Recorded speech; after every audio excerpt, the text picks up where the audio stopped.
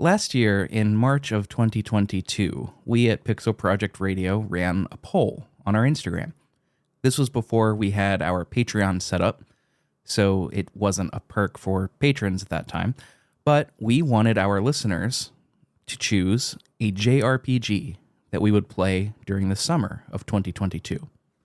That JRPG, chosen by you, was Final Fantasy VI. Now, of course, we didn't get to it in the summertime, but we have since started the series, and if you're listening to this, you're about to hear the finale. I just wanted to take a minute before the episode to say thank you to everybody that voted for Final Fantasy VI, to everybody that voted at all in our JRPG poll. It really means the world to me. I enjoy making the content that I know people like to listen to. And knowing that I'm putting something out that the majority of folks who voted wanted to hear about, it just feels really nice. And what's more is that this series, now that it's regrettably come to a close, has become one of my most favorite and cherished podcasting experiences of which I've been a part so far. And it wouldn't have been possible without all of you. Of course, it also wouldn't have been possible without Chris. He deserves a ton of credit, maybe even more so than me. But I all this to say, I wanted to take a minute and say thank you. All right. Much like all beautiful things in this life, this series is coming to a close and we must say goodbye. So let's send it off. This is the finale of Final Fantasy VI.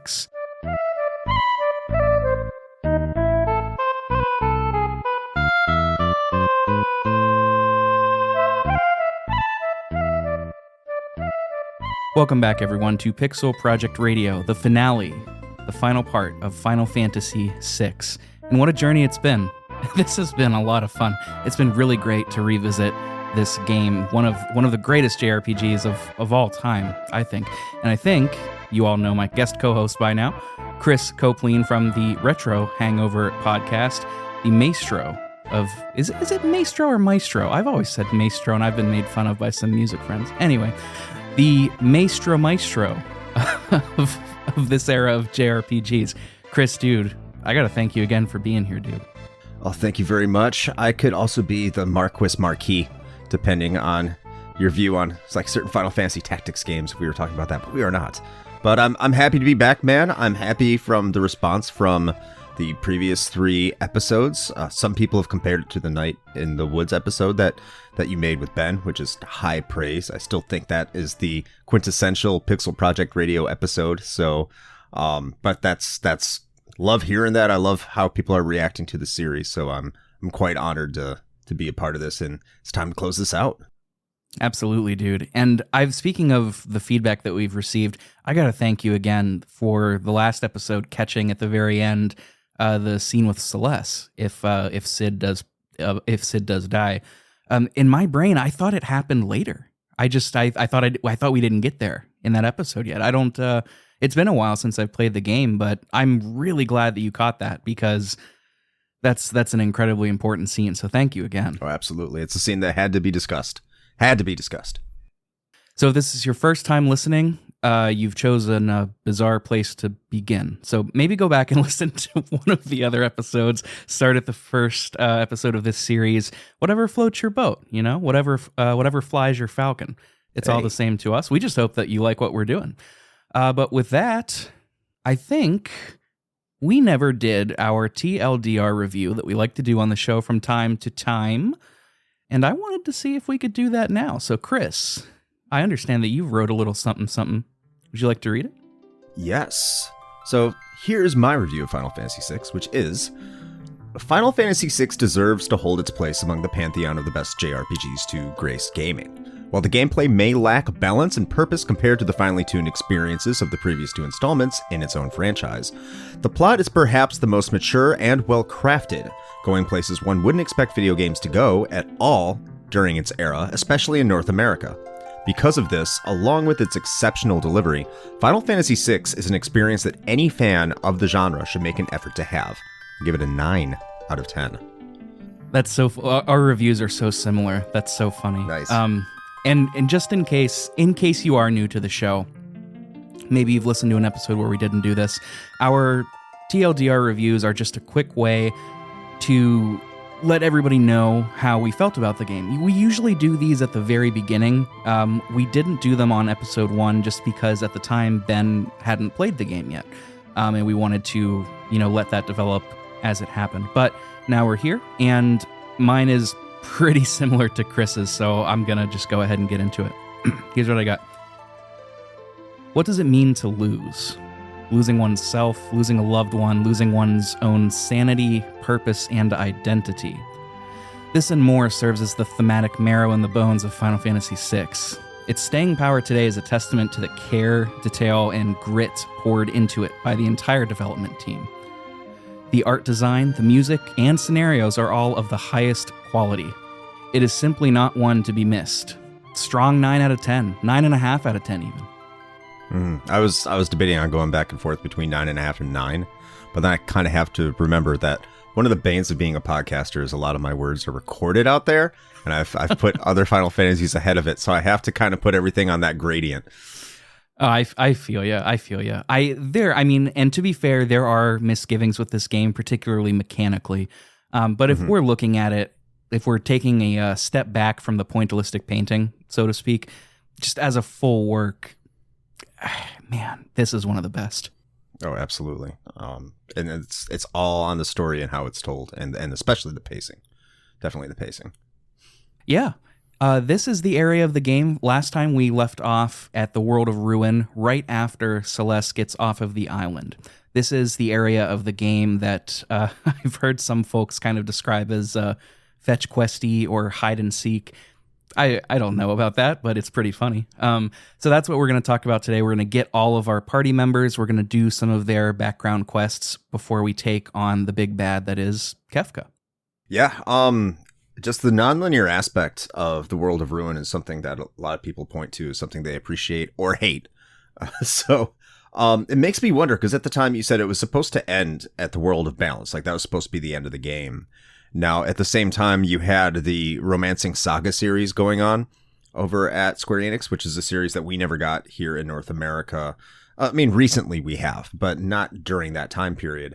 And that was an extraordinarily non-linear game where you kind of pick your path, pick up the characters that you want at the same time, and was either directed or produced, maybe both by Akitoshi Kawazu, who was one of the minds behind the design of Final Fantasy II.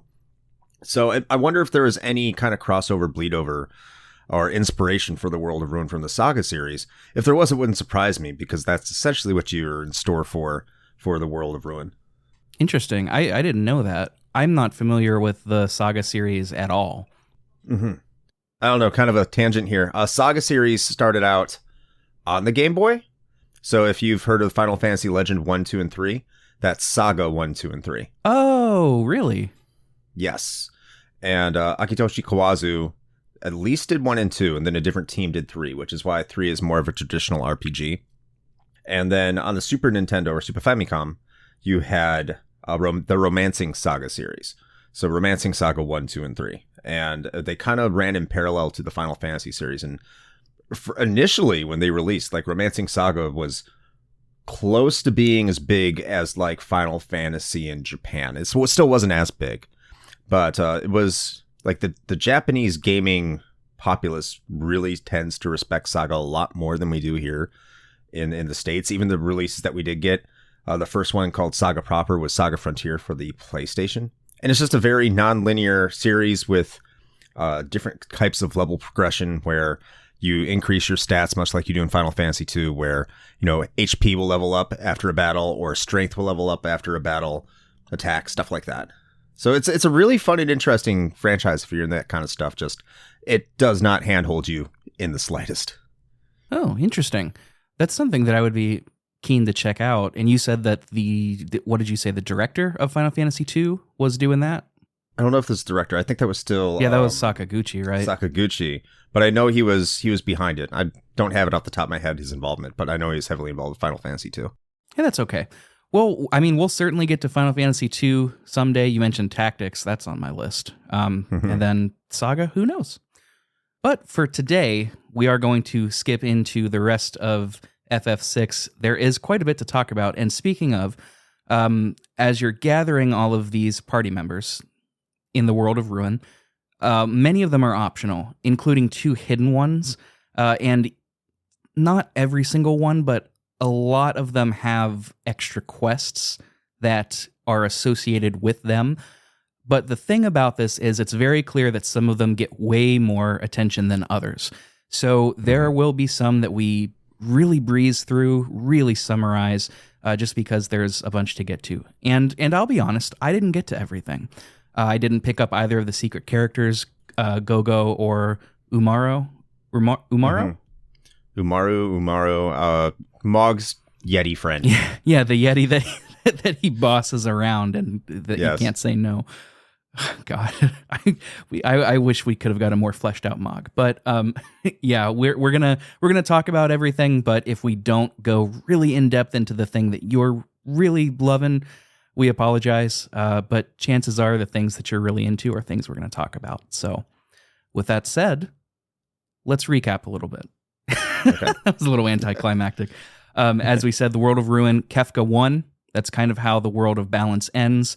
He gets what he wants. He destroys the world. We're sort of in a post-apocalyptic area with Celeste. We don't know whether our other party members are alive or dead. And with the death or survival of her grandpa Sid, it can go either way. We set sail on a raft. We're now able to explore the full World of Ruin. We can see what Kefka's done, and hopefully we can find our friends. Yeah, and from a gameplay mechanic standpoint, you get off on one of the islands of the World of Ruin. You're just kind of all by yourself. And the gameplay during this time is rather difficult, especially if you have not been leveling up Celeste. You're on your own. And yeah, on your little island, you could... It's like, that's a great place for, like, grinding espers and grinding spells where you start out in the World of Ruin. But once you get into the World of Ruin proper, you want to find a party member immediately. Fortunately, that is an option for you. And when I say option, it really is an option. A lot of people think that it's a character that's required just because of how much you are funneled into getting this character and how much you're going to want it. But that character is Sabin, and he is in the city of Sen. I think that's how you say it. And as soon as you enter the town and you start going in deeper, you find out that a house is about to collapse. And here is Sabin holding it up. And you have a quote that I'm looking at the notes I'm going to let you cover because it seems like you rather enjoyed it. Well, this isn't in the Pixel remaster, but I swear I remember playing this in the SNES version where Sabin says, I can only hold this house for probably 6 minutes. And then you get a 6-minute counter up in the top left or top right immediately. Right. It's just, this game does this. It's like a running gag. I can push this 4-ton weight, but it's going to take me 10 minutes to do it. Or I can hold this house up, but only for 6 minutes. Just take out your timer. Once this clocks at 0, you're dead.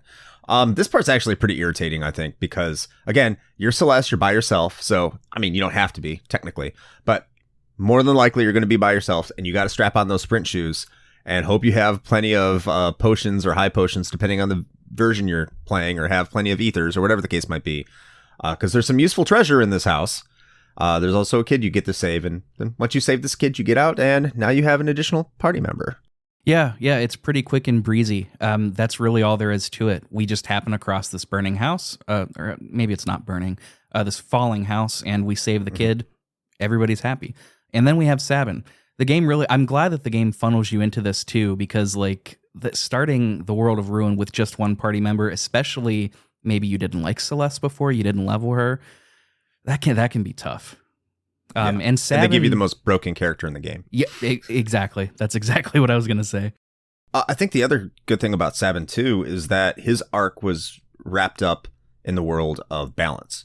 So there's a lot of characters that we're going to talk about in this episode today that have an extension of their arc that wraps up and solidifies their character progression. Sabin does have a scene later where he meets up with his trainer, who, well, we're already beyond saying spoilers, but spoiler, is not dead. and teaches him the most powerful move, and the correct name for it, the Bum Rush, which is does massive damage to any opponent and continues to make him a broken character, so long that you get the input correct. Yeah, Bum Rush, or as it was renamed, Phantom Rush for the later versions. Bum Rush is a much better name. Yes. You can find Sabin's master once you have the airship, which we'll talk about soon. And when you find it, he's in this little cabin between a couple trees that are kind of set up like a cross, I believe, if memory serves. And, they just... it's kind of funny. They have like a Dragon Ball Z fight where they're jumping like into the air onto the house, just punching each other, and Sabin comes away learning a new technique. It's pretty good. And, the Master Duncan is like, oh, now go kick Kefka into next week. And you're like, hell yeah. And then, you get Bum Rush. Broken move. Definitely an endgame staple if you just want to get stuff done. And you can get immediately. Yeah. Almost immediately. You mentioned characters whose arcs get expanded upon in the World of Ruin. We've got one that we can get pretty quickly, sort of, and that's Terra. I'm happy that you could get Terra so quickly. She's one of my favorite in this game. So let's talk about getting her next. To get to her, you have to go east through the Serpent's Trench. If you'll remember, that was like the underground. I guess it's underground technically. The underwater that we dive in with Gao's helmet. Once we get that was the Serpent Trench. It's on land now because Kefka destroyed everything. So we go through there and get to Mobley's. And when we get in there, we see this house that's just full of children. And Terra's there. She's found new purpose in being a matronly figure. She's a mother to these kids. This is sort of furthering the like Christ-like allegory that I think is pretty strong with Terra. And she says she doesn't want to fight anymore. Like, she can't. We get a brief little flashback where Kefka turns his divine judgments, maybe a wrong turn, his light of judgment onto the town. All of the children's parents died trying to protect them. They sacrifice themselves to get their children to safety. And the children need her. They outright tell you, like, we need Terra. She's holding all of us together. You can't take her from us. And it's a tough spot to be in, like, what are you going to do? Terra has spent the whole first half of the game trying to understand who she is and how to feel love. And she's finding it here, just not romantically like we might have thought. She's found this paternal love. It's beautiful. It really is, but this is, and we're going to get to this in a moment. There's two parts to this, and you can get to this. You can get to this with Sabin and Sabin alone, but you have to come back much later to get closure on this. But the thing I love about this section, and there's something I love even more about the second part, which is one of those things that's kind of scandalous in an RPG of the time or a video game of the time. We'll discuss that in a moment. But this is, remember, Terra has always had people depend on her or use her. So in her mind, when people are in this situation where these kids are dependent on her, it could be easily construed by Terra, perhaps, that again, like, she's finding usefulness, but she's conflicted because she may feel like she's being used. Remember, the Empire used her as a tool of destruction. The Returners used her as a tool of destruction.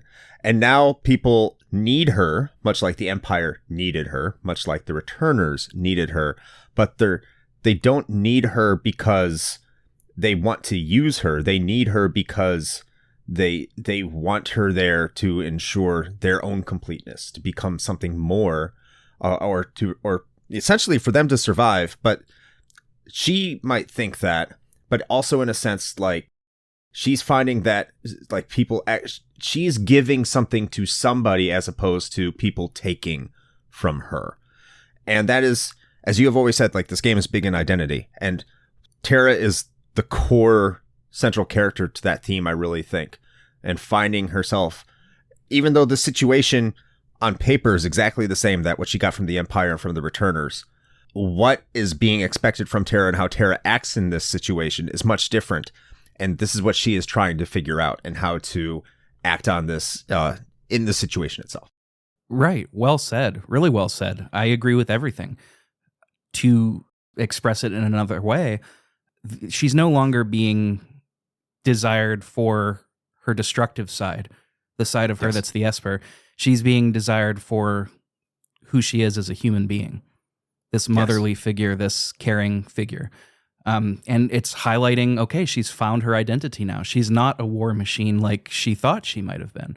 And it's really great. Or at least it is for a moment, because immediately after we hear about these poor kids' parents, this beast, this being, Funbaba, or Humbaba, as they renamed him, comes to attack the village.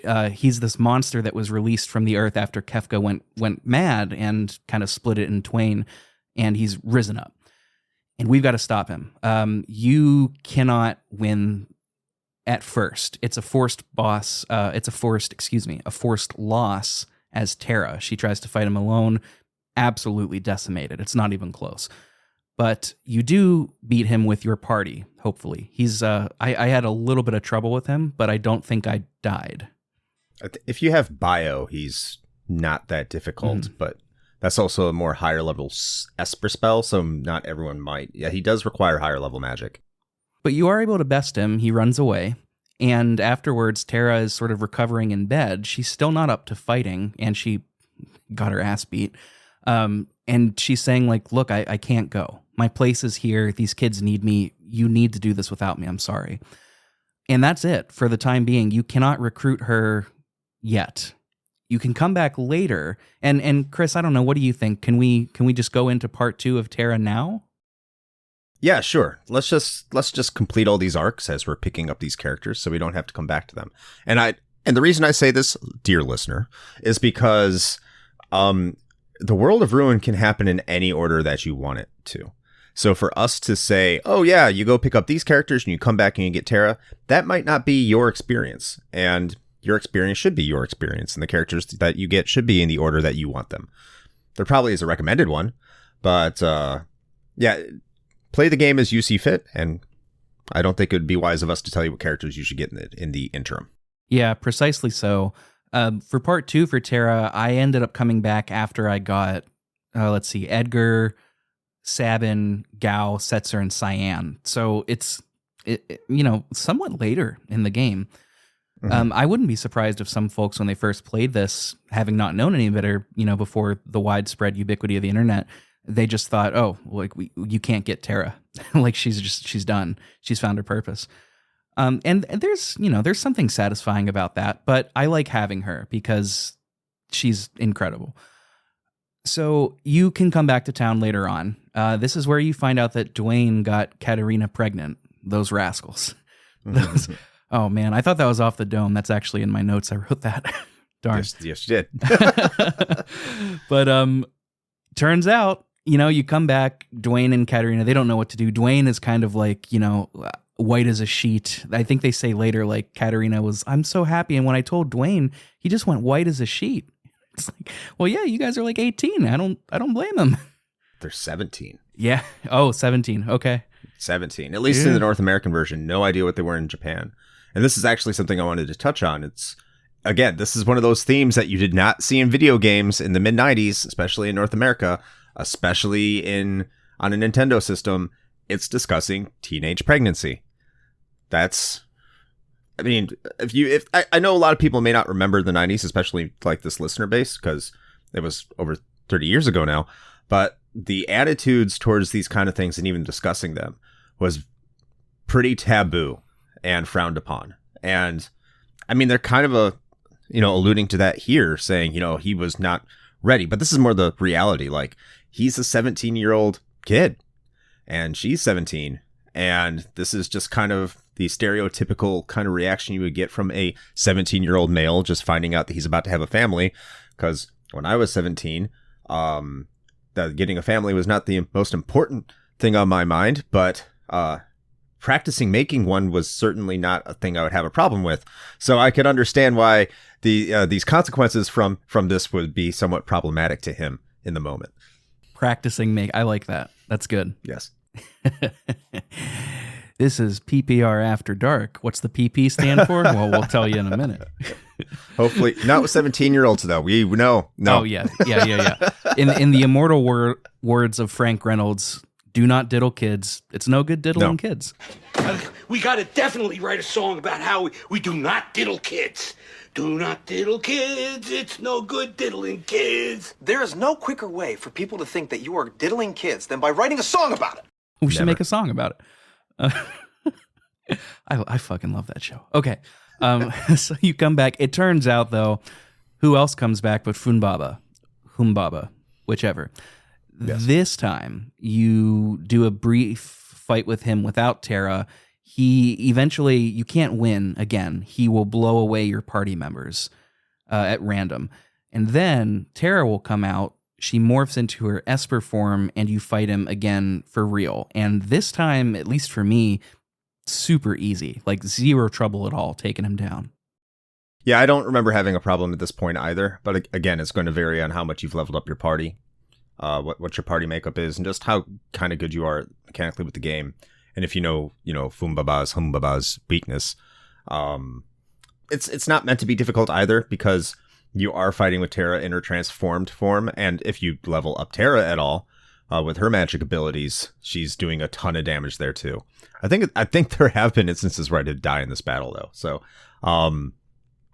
not recently, I hope, especially not in the Pixel remaster. But it was it's you just take them down and that's that, and all of a sudden Terra is joining your party, and when they get done, all the kids see Terra here in her Esper form. And she is afraid to show them that this is who she is. But surprisingly, the children of the town, they recognize her. They see her for who she is, even though technically you would think she's unrecognizable. So, again, this is going back to those themes we just discussed, where Terra is finding that feeling of love, and she is being loved, and she is returning that love. That maternal, as you said, maternal love, that nurturing love. And she knows that she's responsible, but instead of staying with them, she realizes that the greater responsibility is probably fighting with you and protecting them. Exactly so. What I love about it, too, is that they don't immediately recognize her when she comes down in her Esper form. At first, they're scared. They run and hide. Mm-hmm. It takes one little girl to come forward and say, like, hey, I recognize you, Mama. I can see that's you. And that's when everybody comes forward. It's a really touching scene, and I like the way that her arc ended up. I wasn't a huge fan of the arc in the first half of the game because it really, we didn't get shown that Terra was searching for love. We just heard her say it over and over again. And it didn't, at least to me, for a little bit, it didn't really feel believable. She would just bring it up, but that's it. But now we're getting this sort of, it's not really a diversion. It's just, but I think most folks wouldn't expect it, that, we see for better or for worse, and especially at the time when we see a woman in a video game that's looking for love, it's almost always romantic. And she finds it, but it's not romantic here. It's maternal. I like it. I like it a lot. At least I like it more than it, how it started anyway.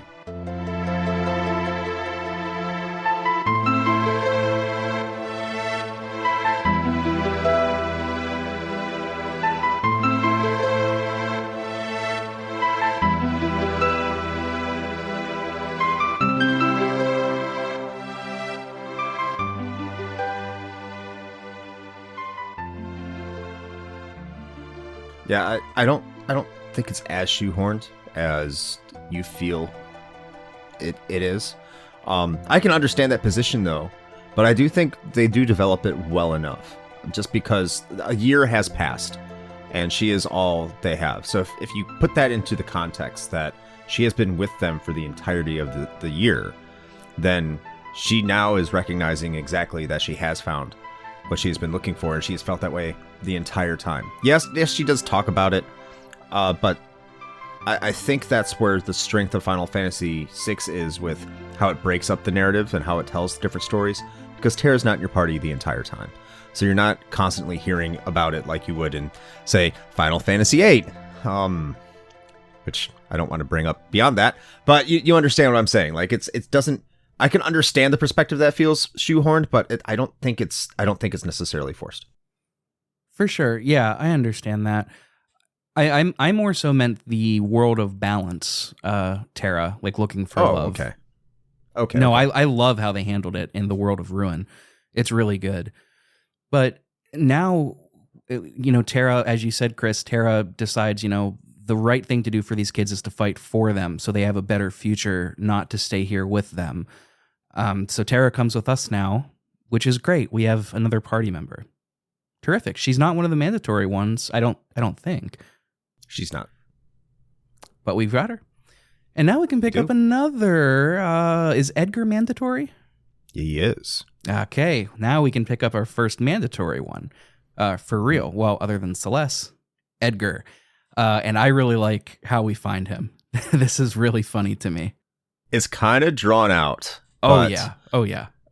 You go to Nikia, which is where you end up in the world of world of balance, when you find the shiny Pika Pika headset that Gao has, and you travel from the Serpent Trench next to Mobliz, and you take it, you end up in Nikia. So that's where you end up, and it makes sense because the Serpent's Trench has come up above ground, and that's what you take from Mobliz all the way up to Nikia in order to get there. Now, I'm just rambling a little bit too much, but you're trying to figure out how to get across the continent, how to get to Figaro Castle, because you want to find your friends. Figaro Castle is a nice little home base you can use, so you probably find people a little bit easier. You find out that there's a crime boss of sorts. He's leading a group of bandits, and you find out his name is Jared, and he is going to break into the castle of Figaro and steal all the stuff. And so you're like, well, this is a fantastic opportunity to get in there and figure out what's going on. So you do end up running into Jared, and he looks at you, and Celeste says, "You look familiar." And he's like, "No, I don't. I've never heard of this Edgar fellow." And I think he proceeds to hit on her because that's what Jared does. I mean, Edgar does, or whoever. But they notice it's quite obvious to the player, even though 10-year-old me didn't think so, but quite obvious to the player that, yeah, this is Edgar. He just has gray hair now instead of being blonde, and I think he has a scar on his sprite. I think he may always have that, but yeah, he's slightly discolored. And then you proceed to go into Figaro, where you find out it cannot move because there's a giant tentacle monster doing Japanese tentacle porn stuff to the engines that allow it to move on free will, which is an area of the castle that you were not allowed to go to in the world of balance. Yeah, we should say too, Jared is spelled Gerad, so you could hear about him before you even see him, and if you're clever, you could put it together. Oh, wait, that's just Edgar, just mixed up. So you follow him all the way through to the very depths of Figaro Castle. As you said, he's leading this band of thieves who are going to plunder Figaro Castle. And you're following him every step of the way to the ferry, across the ferry, through the desert, into the castle. And the whole time he's just like, even when he's cornered by himself, nope, you've got the wrong person. It's only polite for a gentleman to speak to a lady of your beauty in such a way. That's why I'm hitting on you. But nope, not me. I'm not this Edgar fella. Mm-hmm. It's not until you get all the way into that engine room that you mentioned, he lets, what happens? Where are we at in the notes? I got lost. So essentially you get into Figaro Castle, and because, one of the reasons that Jared wanted to go to Figaro Castle is he heard it was in trouble, and of course he's the king of Figaro, or Figaro, and yeah, you get there, and all of a sudden you go down these stairs and you see the giant tentacle monster, and that is when Edgar reveals himself to actually be Edgar. And he sees Celeste and hopefully Sabin, says, "Hey, can you help me fight this thing? Because I need a hand here. I can't defeat the tentacle monster all by myself." It's pretty funny. Like, up until this point, he's always, "No, I'm not Edgar. Who are you? Get out of here. You've mistaken me." And then we finally corner him, like, with the tentacle monster, and he turns around and he's like, "Well, what are you waiting for, Celeste? Give me a hand." with that little like finger wag and wink. Exactly. It's very funny. This boss to me was just a little tricky because it inflicts a lot of status effects and can immobilize you. With the proper levels, you should be fine though. I think I was at this point just a little underleveled, so it gave me a bit of trouble. Yeah, it's always given me a little bit of trouble too. I do see something that I think you're about to discuss in your notes here, but before we get to that, why didn't he just go to Figaro Castle? Why does he even need to band up with people? Is that ever explained? You know, I'm not entirely sure. If it is, I don't quite remember. Because I don't remember it being explained. It's just like, oh, I met up with these thieves and I needed them to get into Figaro Castle. It's like, well, why? What have you been doing the entire year? Okay. I don't think it adequately explains it. It just kind of takes you along for a ride, which is a fun ride, and it makes sense in the moment. But now that I'm really thinking about it, it's like, did he need to do this? He's the king. And it's not like it's been infiltrated by the Empire. The Empire is no more. So he just could have gone up there and said, I am your king. Let's kind of mount a defense and, start preparing to take down Kefka. I don't get it. I don't get it either. It also doesn't explain how he even became the leader of this group of thieves. They comment because at one point they think that he got killed by the tentacle monster. They come back out and we're hiding. And they're like, oh, he didn't even last as long as the last boss. So it sounds like this happens frequently. I don't know. I guess I kind of assumed that maybe he needed thieves to break into the castle because he couldn't get in any other way. Mm-hmm. I don't know. And it doesn't make sense because it wasn't like it was locked down unless the tentacle monster was. It implies it hurt the guy who could pull the lever and get Figaro Castle to move, but like pretty much everyone else there is on the up and up. So I don't know. I also say like this is 100% the end of Edgar's arc. There's nothing more with him. Everything ended in the world of balance. Like you got Edgar now. There's nothing more to him. He is done as a character technically. Yeah, and for him that's fine. He didn't have he wasn't super developed in the beginning anyways. I don't know what else they could have done with him. But now that we've detentacled the machine, the castle is free to move under the sand as it is wont to do. And and now it's like, all right, I didn't care. Those thieves didn't really do anything wrong. They're just stealing some riches. We have plenty of that. What really matters is Kefka. Let's go get them. And now we've got 3. We've got the Figaro Bros. Oh no, we've got 4. Figaro Bros, Terra, and Celeste. Well, we will get Terra. We'll pretend we have her. Oh, right. Yes, that's true. That's true. We can't get her quite yet, but we'll pretend we do for the sake of continuity. She's there in spirit. Yes. So the next stop is conveniently located right where this castle can take us, in Kohlingen. And we're going to the inn. When we do that, we find, and we should say, we're laying this out like it's streamlined. I just want to emphasize again, the game doesn't really give you a lot of direction.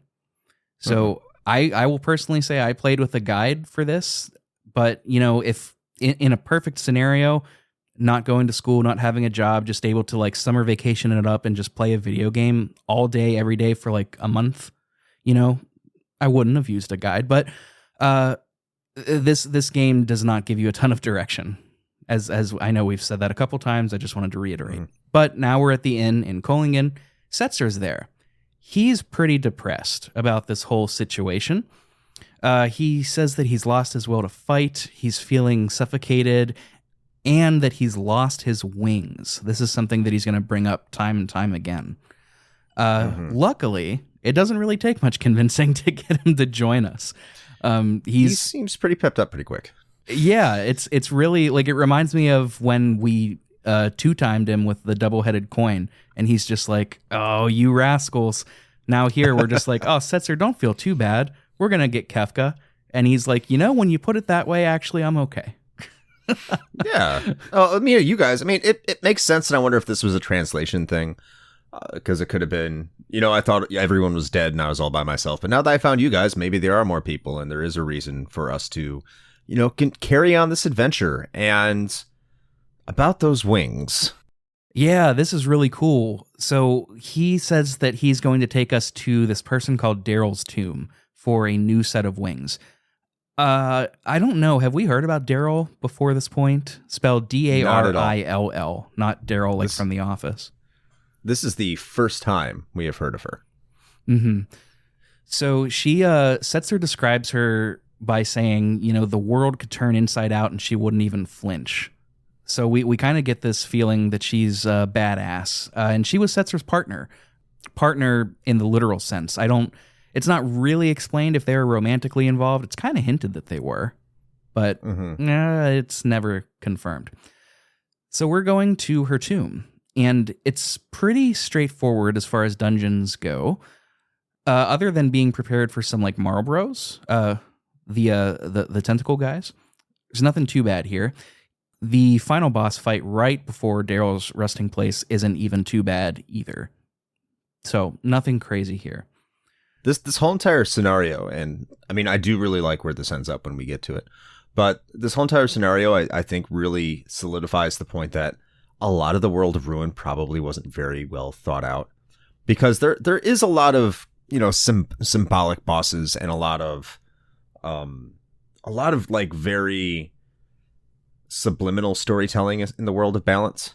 But like you said, like Setzer just joins you and says, "Hey, let's go." Oh, I conveniently know where to find another airship with this woman that I've never talked to you about before in my entire life. And then you go into her dungeon, and like the boss is just like some chariot riding ghost wraith thing. Like, why is this in here? What does this have anything to do with Setzer? Why would it be in her tomb? Why is her tomb so large? Like, it doesn't... Like, the significance that felt like there was so much care and guidance put into the World of Balance is kind of not totally thrown out the window, but it feels very haphazardly put together. Like, they're just brainstorming and throwing shit at a wall and being like, that's cool, let's do it. And that's what I'm kind of starting to feel like in the World of Ruin. Not saying it's bad. Again, while you're in the moment, you're playing it, it's really cool. And we're about to get to a really cool part. But when I'm stepping back and I'm thinking about how we're talking about it, it's kind of like, yeah, this is just kind of out of left field a little bit. I also do appreciate that puzzle, by the way, Rick. I don't know if it's the same in the Pixel Remaster. I think it was. The water puzzle? I think the water puzzle, the tomb puzzle. I'm talking more about the gravestone puzzle, where you have to input a code to get the experience egg. Oh, right. Okay. So at the time when Final Fantasy III came out for the Super Nintendo, not 6. 6, but 3. You would have to go around and you would have to find some gravestones. And on the gravestones, it'd have little parts for a pattern. And you'd input this code into there. Like I was saying, in the time, the slogan for Squaresoft for their collection of games in their brochures would be, "The world is square." So when you look at all I don't know what it is in the original Super Famicom release or the Super Nintendo release, but you do this anagram, you put everything together, because I think it's mirrored backwards, and you put it onto the gravestone in order to get this relic. That's the password. It's "The world is square." And I know it's kind of cheesy, but I love those little things, because that was just their corporate slogan that's kind of lost to time now. That's cute. I don't think I did that on this playthrough. I'm really drawing a blank here. Yeah, it's not something I always get either. It's really weird. Like, sometimes I just don't get it. But yeah, I think it's cute. Once we defeat that chariot wraith that you mentioned, we're heading down inside of the tomb, and we walk down this really large flight of stairs. And as we go, we're getting little bits and pieces of flashbacks of Setzer and Daryl. Their relationship is like kind of adversarial. Like, it's like friendly competition, some jabs thrown at each other. Like think of two plucky youngsters, like 15 years old, boy and girl, that like each other, but they don't want to admit it. So they just kind of like, I could beat you over there. You're so slow. Oh yeah, we'll take this. Like that kind of thing. Flirtatious alphas. Flirtatious alphas. Nice. Yeah. But it is clear that they care about each other. Mm-hmm. At a certain point, we get a flashback of them sort of like racing their airships together, along with this really, really funny line where they're racing and Daryl calls out to him, How long are you going to hang out back there? Are you going to pass me, or are you too entranced by my wiggling rudder? I could not take a note on that. I think that was a different translation. I do not remember that. If I did, I definitely missed that one. That's I don't know if that was like updated from Woolsey or what, but that's what it says in the Pixel remaster. Very nice. Pretty funny. They're racing their respective airships. They're taunting each other. Daryl flies ahead, and Setzer yells out, like, hey, I'll meet you at our usual spot, which is this hill that's overlooking the sea. But we get a cut to see Setzer standing on the hill alone, just looking out at sea. And we get a caption saying, a year later, I found her airship. It was wrecked and destroyed. So she died somehow during this expedition. He restored the airship and put it down to rest in this tomb as some sort of memorial to her. But now we need it, so we all board it, and it's named the Falcon. This is another Star Wars reference. It's got to be. Yeah. And there's such we get a cinematic of the Falcon rising from the depths of the ocean and into the air, and it is so cool. It looks so good. Entirety of this scene, in my opinion, is amazing. It's one of the scenes in Final Fantasy VI that damn near brings me to tears every single time I play it, from start to end. And it's really because the way the story is told is because you don't ever see Setzer. I know he's not very well developed, but you never see Setzer as a vulnerable character. You never see him as discussing like his emotions or recognizing feelings of loss. He's a playboy gambler. That's who he is, and he was trying to abduct a opera singer. And that's how you meet the man. And he's just like, I'm a mercenary. He just does everything for anyone. And does it kind of explain his character in the world of balance? Yeah, I mean, he's kind of a risk taker. And why did his friend, girlfriend, significant other, whatever the case might be, how did she die? By being extremely risky.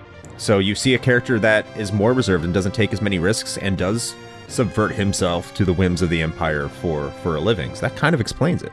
But what really takes the cake in this entire scene is just the excellent score that's going on behind it.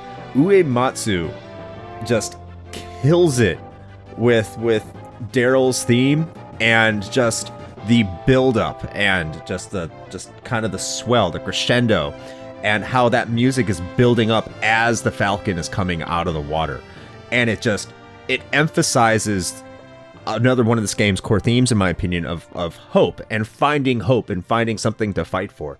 And it's such a good encapsulation of all of that. And that's why I think like this scene is a phenomenal scene. And it's almost like 100% because of Uematsu's score. Yeah, absolutely. The music here is terrific. I agree that hope is definitely a theme here. I'm going to put a pin in that for a second. Another thing that I really like about this scene is, the visual storytelling of it is we see the Falcon, Daryl's ship, rising from the dead. It's a literal rebirth, but it's not alone. It's a rebirth with us. She's not part of the group now, but it's also symbolic of Setzer. Like he has this newfound ambition.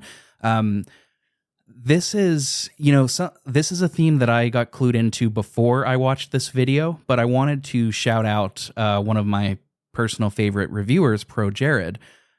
I'm not going to, if you don't like him, that's fine. That's not a conversation that I want to have here.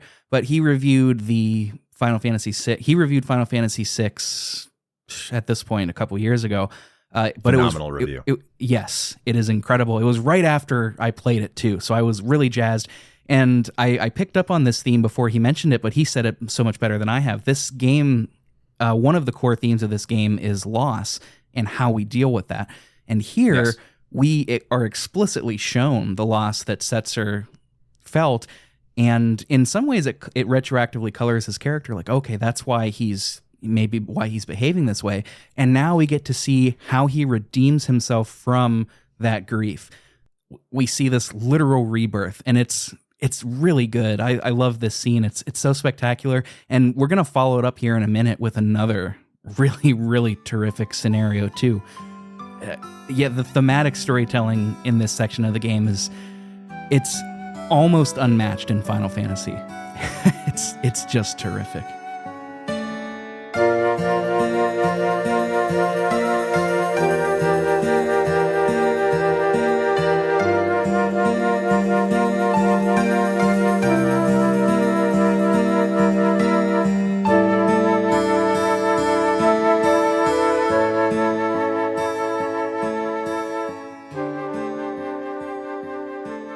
I get chills if I'm not welling up in my eyes with like the tears and making myself like, I at least get chills. I'm like, the Pixel Remaster. I don't know why, by the way. The way that they redid the music in the Pixel Remaster, that punch isn't there. It's not as hard. I don't know why. I think that the Super Nintendo score just nails it in its sound. Maybe that's just nostalgia speaking, but in the timing and everything. But you're not wrong. It's an incredible scene that highlights a lot of the core themes of this game. Finding yourself, accepting yourself, recovery from loss, accepting loss, and moving forward with the sense of hope and aspiration. And it nails it. Nails it. Beautifully said. Yeah, man, you're the second person that I've talked to that says that they get chills like as a response. Man, I wish that were me. My voice catches as a response, and so everybody can tell. Like if you've got chills, like you can hide that. But me, like my voice will catch, and everybody can tell. I don't know. It's fine. Well, I'm also sniffling, so I'm also weeping uncontrollably. You might have noticed that. One cool piece of imagery as the ship is flying, as the Falcon is sailing to infinity and beyond. No, that's another one. Just kidding. But as we're flying, Celeste sees a pigeon, quote unquote. It's the same one, presumably that we saw at the beach earlier that had Locke's bandana. If you saw that scene, I think that might just be if Sid doesn't die. I've always gotten the same one, even when Sid lives. See, I'm fuzzy on that whole roadmap, but it is the same looking bird. Obviously we're gonna follow it because it's going to lead us to her friends, of course. And it's Celeste. She, romantically is attached to Locke. Why they label this as a pigeon, I'm not sure. Like, it is white.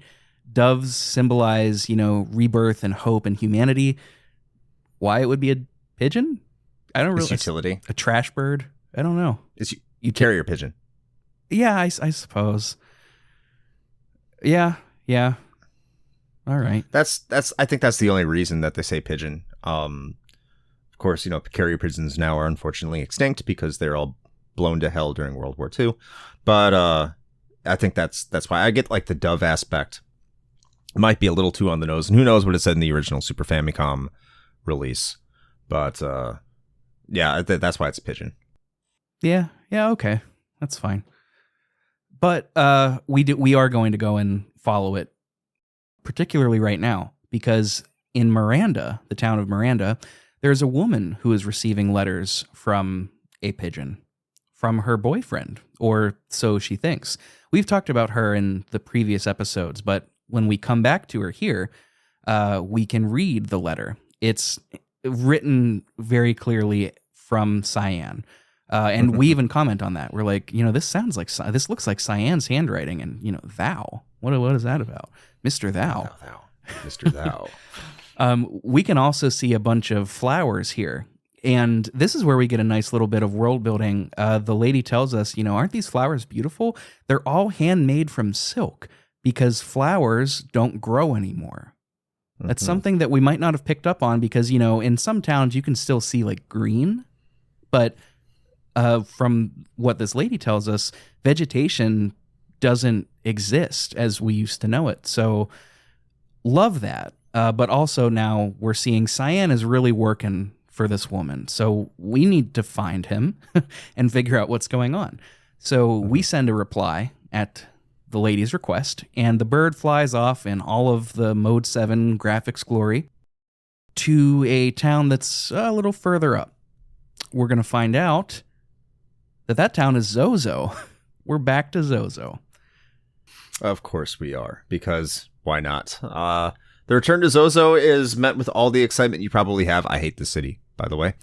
And what you find out instead, and again, this game, it tells you that Cyan is in Zozo, but you don't know where he is in Zozo, so you have to kind of figure it out on your own, if I recall correctly.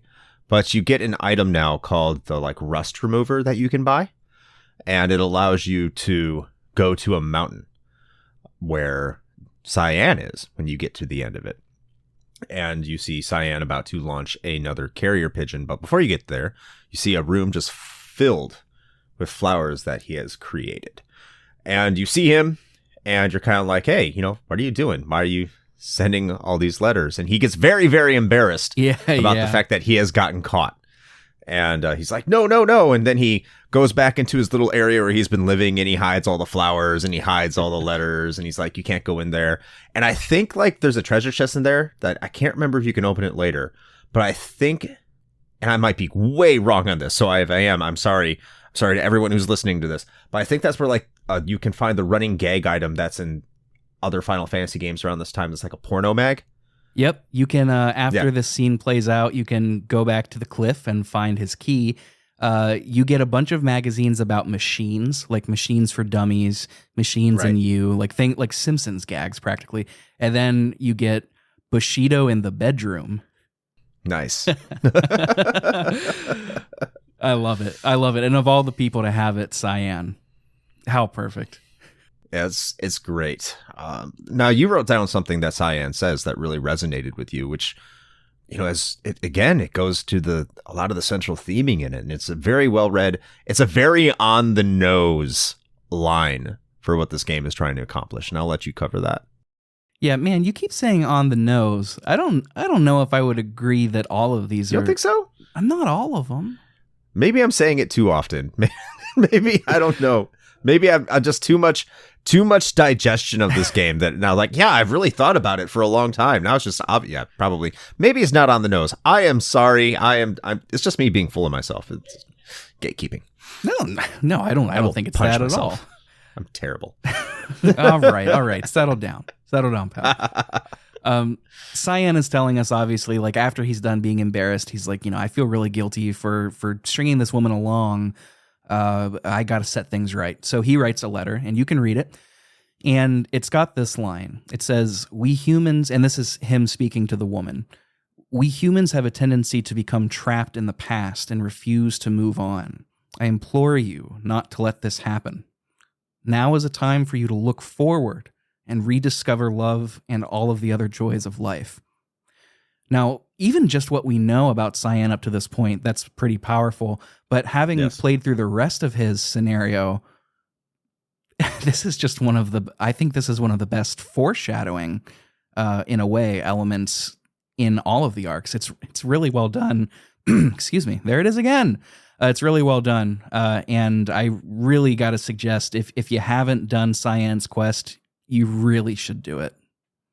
Very much worth it. It's the part that you do for his quest, though, is quite infuriating. Oh yeah. To get you want to get into that now? His quest? Yeah, let's do it. So, as you find out, well, first of all, let's back this up. You go to Doma, which is optional because there's no reason to go to Doma because everyone in Doma is dead. It's been, evacuated, or it's emptied, or whatever you want to say. There's nothing there anymore. But you can go to Doma. And if you go to one of the areas where you can sleep, you can rest. And you can go there too in the World of Balance if you talk to enough people during a little dinner feast and pick up some items and stuff. But there's not a lot there. But if you go to one area where you can rest, you'll wake up and you'll discover that Cyan is not awake. And all of a sudden you see these like three little like impish creatures take control of Cyan. And what they're doing is they're going into his dreams and they're going to like devour his soul from the inside. It's like a dream eater of sorts. And what are their names, Chris? Larry, Curly, and Moe. Larry, Curly, and Moe. Like, that is actually what they're named in the SNES version. In this version, they're renamed Mobius, Laragorn, and Kurlax. Rolls off the tongue. Yeah. I know there's probably some folklore reasoning to that makes sense, but I don't know it at the moment. I'm sure it does. Mobius sounds familiar. I think that's like the Sandman that got asleep. It just sounds like they took, Larry, Curly, and Moe and just fantasy monsterized them into Laragorn, Kurlax, and Mobius. Oh my God, yes, they did. Yeah. I just realized that. Oh my God. Okay. Whoa, over my head. Here we go. They introduced themselves as the Dream Stooges. Like, that is their name in all of the versions as far as I can tell. And they say Cyan's soul belongs to us. And then they promptly jump into his head. And you do the same thing. I was not expecting, so this is the first time I played through this scenario. I didn't play, the last time I beat 6, I didn't play through this because I didn't like Cyan for some reason. I don't know why. And so this is the first time jumping in here. This is like an MC Escher dungeon. This is wild. There are like stairs that don't look like they should be stairs, and they don't connect. There are doors that are just randomly in the middle of rooms, and they all just throw you every which way. And what happens is you're in control of one party member, and you've got to pick up your other party members, the other 2 of them, because Cyan, who has to be in your party for this, is indisposed. And you do pick them up. It's not that difficult. There's not really that many paths that you can take. It's really just getting through the random battles. And once you find everybody, your other 2 members, you can fight the Dream Stooges. And man, what a pain in the ass these guys are. Yes, I hate that battle. I can't remember why. I just know I hate it. I know if you're overpowered and you have all the correct stuff, they're not much of an issue. But man, yeah, if you're not prepared, they're going to kick your ass. It is not a fun fight.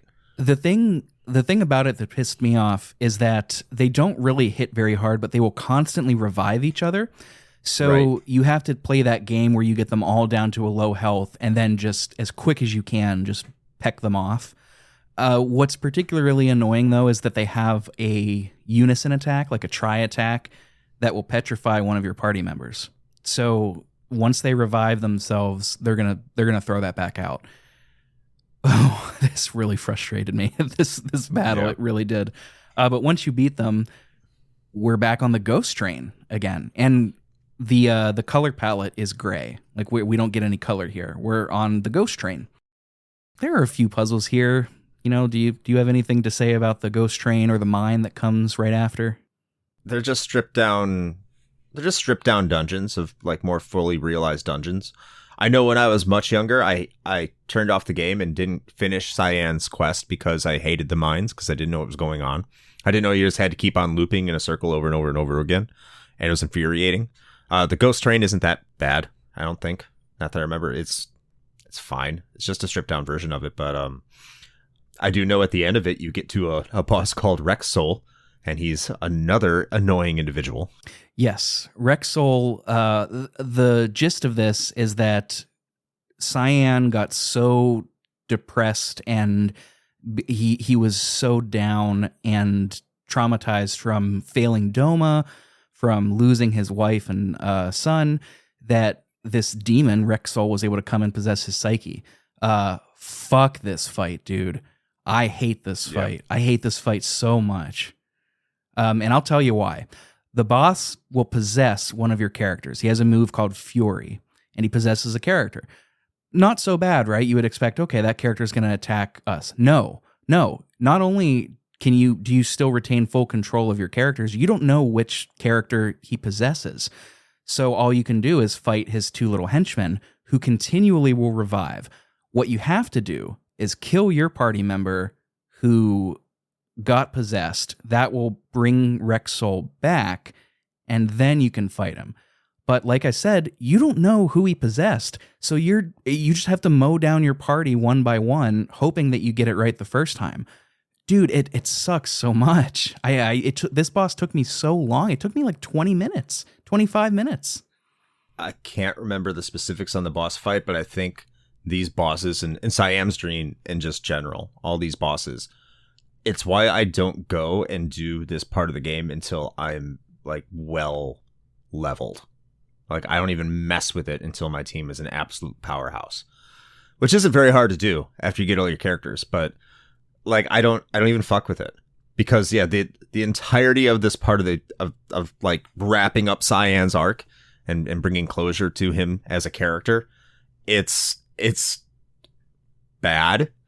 Even though I like how the arc ends, I think it ends well, but the way they get to it is so infuriating, and I hate it, and I've always hated it, and I will continue to hate it, even if the ending is sufficient. Just mechanically, it sucks to do. It's awful.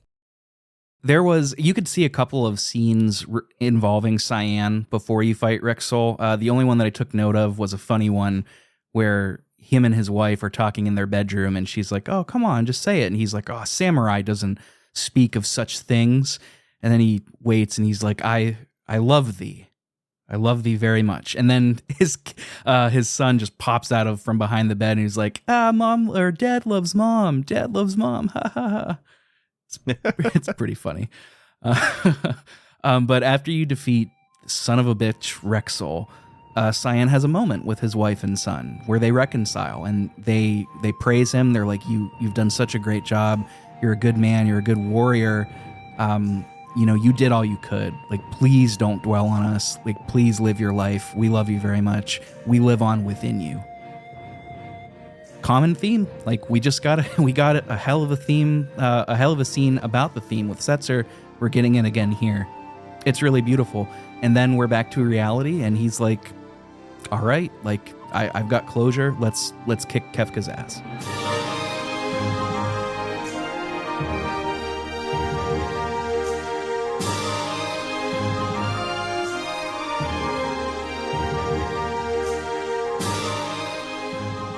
Yeah, absolutely. And again, it's like you said with the foreshadowing in that letter.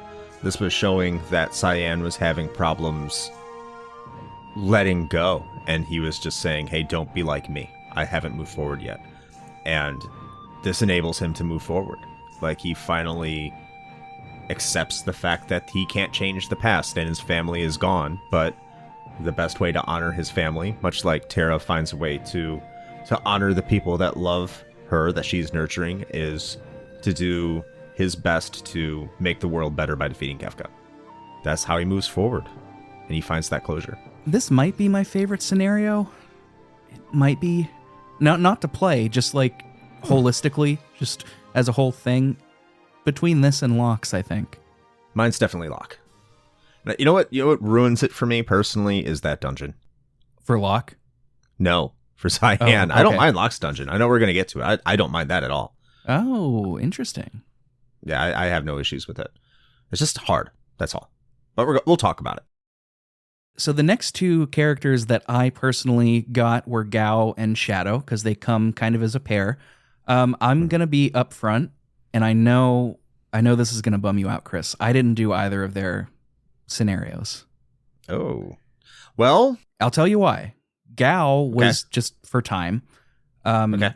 Shadow was also partially for time. But what ended up happening was I didn't get the item that you need to run into Shadow in the Colosseum. I missed it in the dungeon, and I think I talked about this in the Discord. I was getting really fed up with random battles, and I was really annoyed because at this point I was overleveled, so random battles were a bit of a nuisance, and I just did not want to go back and get it. I know that Shadow especially has a great scenario, so if you wanted to talk about it, either of them, I know what happens in them both, but if you wanted to expand on them, that's perfectly fine. I don't think Shadow has a great scenario. Oh, am I thinking of someone else? I don't know. I forgot what the name of the item was. I think it's like a dagger that you find in a treasure chest, and yeah, you wager it in the Coliseum. Yeah, it's like Iki something, because like somebody mispronounces it like Iki Touchy, or like, so it might be Iki Gucci or something. I don't know. Like when I see it, I know what it is. I'm like, okay, I can take this, and I think there's a different name for the weapon too in the Super Nintendo version. But like, because all of Shadow's scenarios are told through a dream sequence. And I haven't personally activated all of them because they're random. But what it does tell you, and I'm not sure if we talked about this in the previous episode or not, but like you can infer that he is Realm's father, and he left Realm's mother because I can't remember why. I know this is terrible because I don't know enough about Shadow's backstory. I just know he is Realm's father. He went out to do something bad happened, and he became a ninja. Realm's mother died, and that's why they have memento rings, and Shadow and Realm can wear the memento ring, which, so can Go-Go, by the way, interestingly. But Shadow is something you really have to work towards, and I don't think there's no closure to his arc. There kind of is, if you get into it, but you have to watch nothing changes. Like, you can watch, if you've watched the entirety of his things, it explains his past and why he's kind of the way he is. Again, I haven't seen all of them, and I know that's terrible as someone who does love Final Fantasy VI, but I do think, like, the developers didn't really intend for Shadow to survive into the world of Ruin, so everything's just kind of there somehow. I do think Gao is far more interesting, though. Yeah, with Shadow's, I mean, it's all but confirmed that he's Realm's father. Yeah. Because of the ambiguity, some people still think he's not. In one of the dream sequences, Shadow encounters Strago in a bar or a cafe or whatever, and he says, like, before you go, like, just let me see your face. Like, even if you are him, I just need to know for closure. He does reveal his face, but you don't see it as the player. And he says something like, look after her, or something to that effect. It's all but confirmed, but, fan theories will be fan theories. Quick pin in that, because there's another little fan theory with Shadow. Finding Gao, super duper easy. You just run into him on the Veldt. Yeah. Same way you would get him back in the World of Balance if he leapt. You have to have someone out of your party, and he just shows up and say, "Oh, me Gao, me join you," and there it is. That was a good Gao, man. Very caveman-like, wild boy Gao. You, my 30-something-year-old friend, should voice that little child.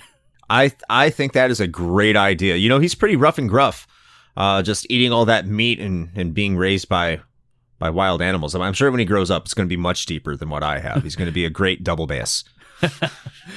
Yeah, and he antagonizes Sabin and Cyan, so he's got no fear. The kid's got chest hair. Yes, I'm sure. No, not quite, but he's on his way. He'll get there. Green chest hair. You can, at the southwest corner of the Veldt, there's a cave, and inside there you can find Interceptor. He will lead you to Shadow. Now, here's where the little fan theory comes in. If Shadow died in the World of Balance, if you didn't wait for him like a monster, then Realm will be there. And with Realm, there is a line that says, like, whenever Interceptor takes you to Realm, the line says something like, we have to carry her to safety. There's nothing we can do for her here. And there was a typo in the development wherein if Shadow is there, they say the same thing. There's nothing we can do for her here. It was an accident. And that has caused a lot of folks to think that Shadow is actually a woman, because we never get confirmation on that in the game anyway. It's just never confirmed. So some people think that.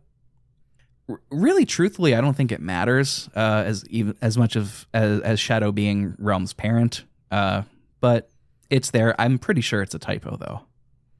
Yeah, I'm pretty certain. I think they make that clear in the dream sequences that Clyde is Shadow, and that's that.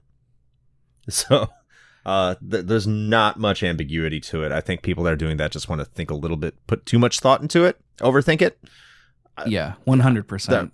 We can do enough overthinking in other areas of the games. This is not one of those times. We're doing plenty of that. I've done that already, saying that Lockheed Martin is associated with Hironobu Sakaguchi. Okay, so now, did you want to talk about Gao's scenario at all? Finding Gao's father. Yeah. It's actually super easy. I'm kind of surprised you didn't do it, because it doesn't take any time. All you got to do is just go to his father, and it wraps up rather quickly. I'm surprised you didn't do it, man. All you got to do is fucking do it. Yeah, exactly. It's quick. That's why I'm surprised, right? Because it doesn't take much time. I'm not trying to smack talk. I'm just very surprised. No, yeah, I get you.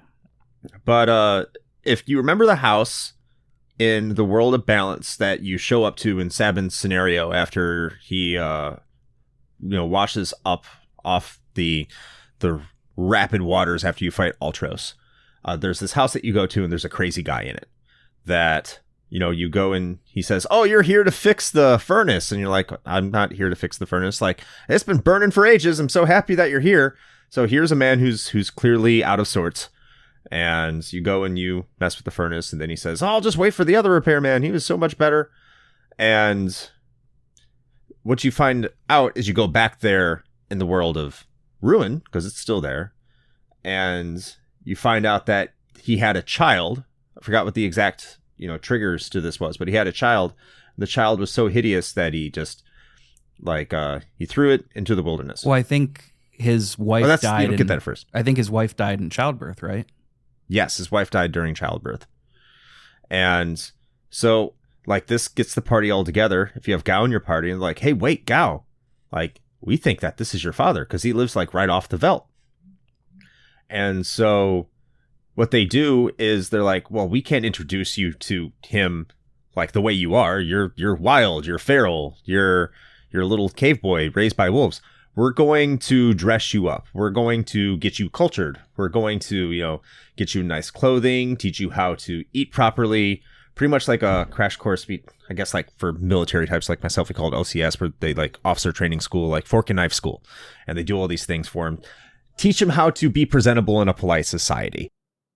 So then you go back to his father. This is all automated, by the way. You don't have to do anything. It just automatically plays along. And then you go back to it, and then you're like, "Hey, sir, we heard you had a son." And this is where I think it really gets into, he describes what happened. "Yes, I have a son. My wife died during childbirth, and out came of my child this demon. Didn't even look human.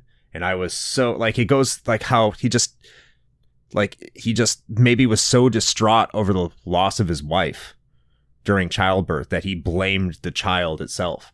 And it said that he took this child and he abandoned his child out in the veldt and hoped it would get eaten by the wildlife because he never wanted to see that child again because that child was a demon.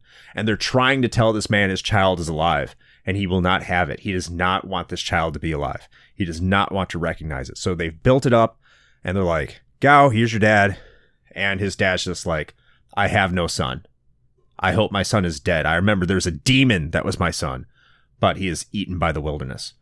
And you get out of the house, and here's Gao, and they're like, "Gao, we're so sorry you had to deal with that. You deserve better than that." And Gao says, it's an emotional scene. Hold on, I'm trying to say it without choking up. He's like, "Father alive, happy." It's great. It shows Gao's humanity. It's a fantastic scene. Might not ring true for everybody, but I really think it's a good scene. No, I'm with you. It is a really good scene. I did make sure that I read about it and watched it. I don't know why I thought it was so much longer than what it was. I made the decision to skip it. But it is really good, especially if you are putting the effort into working with Gao, which I know a lot of people don't. But if you are, it's really powerful stuff.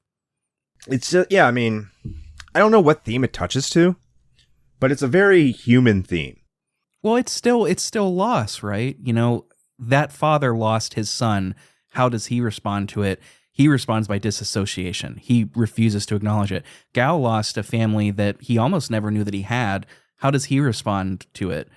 He's just happy knowing that they're there. I don't necessarily think it's loss on Gao's part. I think it's just Gao knowing that, here's someone who in theory hates you. Everything about you. Does not want you to exist. Does not recognize you. And here's someone and this is probably mentally unstable, right? But Gao is someone who is supposed to be completely uncultured, completely inhuman. This wild child no one wants to touch. He is on the outskirts. He's feral. He's everything. He's not supposed to be. He is supposed to have no human connection. And instead of showing hatred or resentment, he shows grace.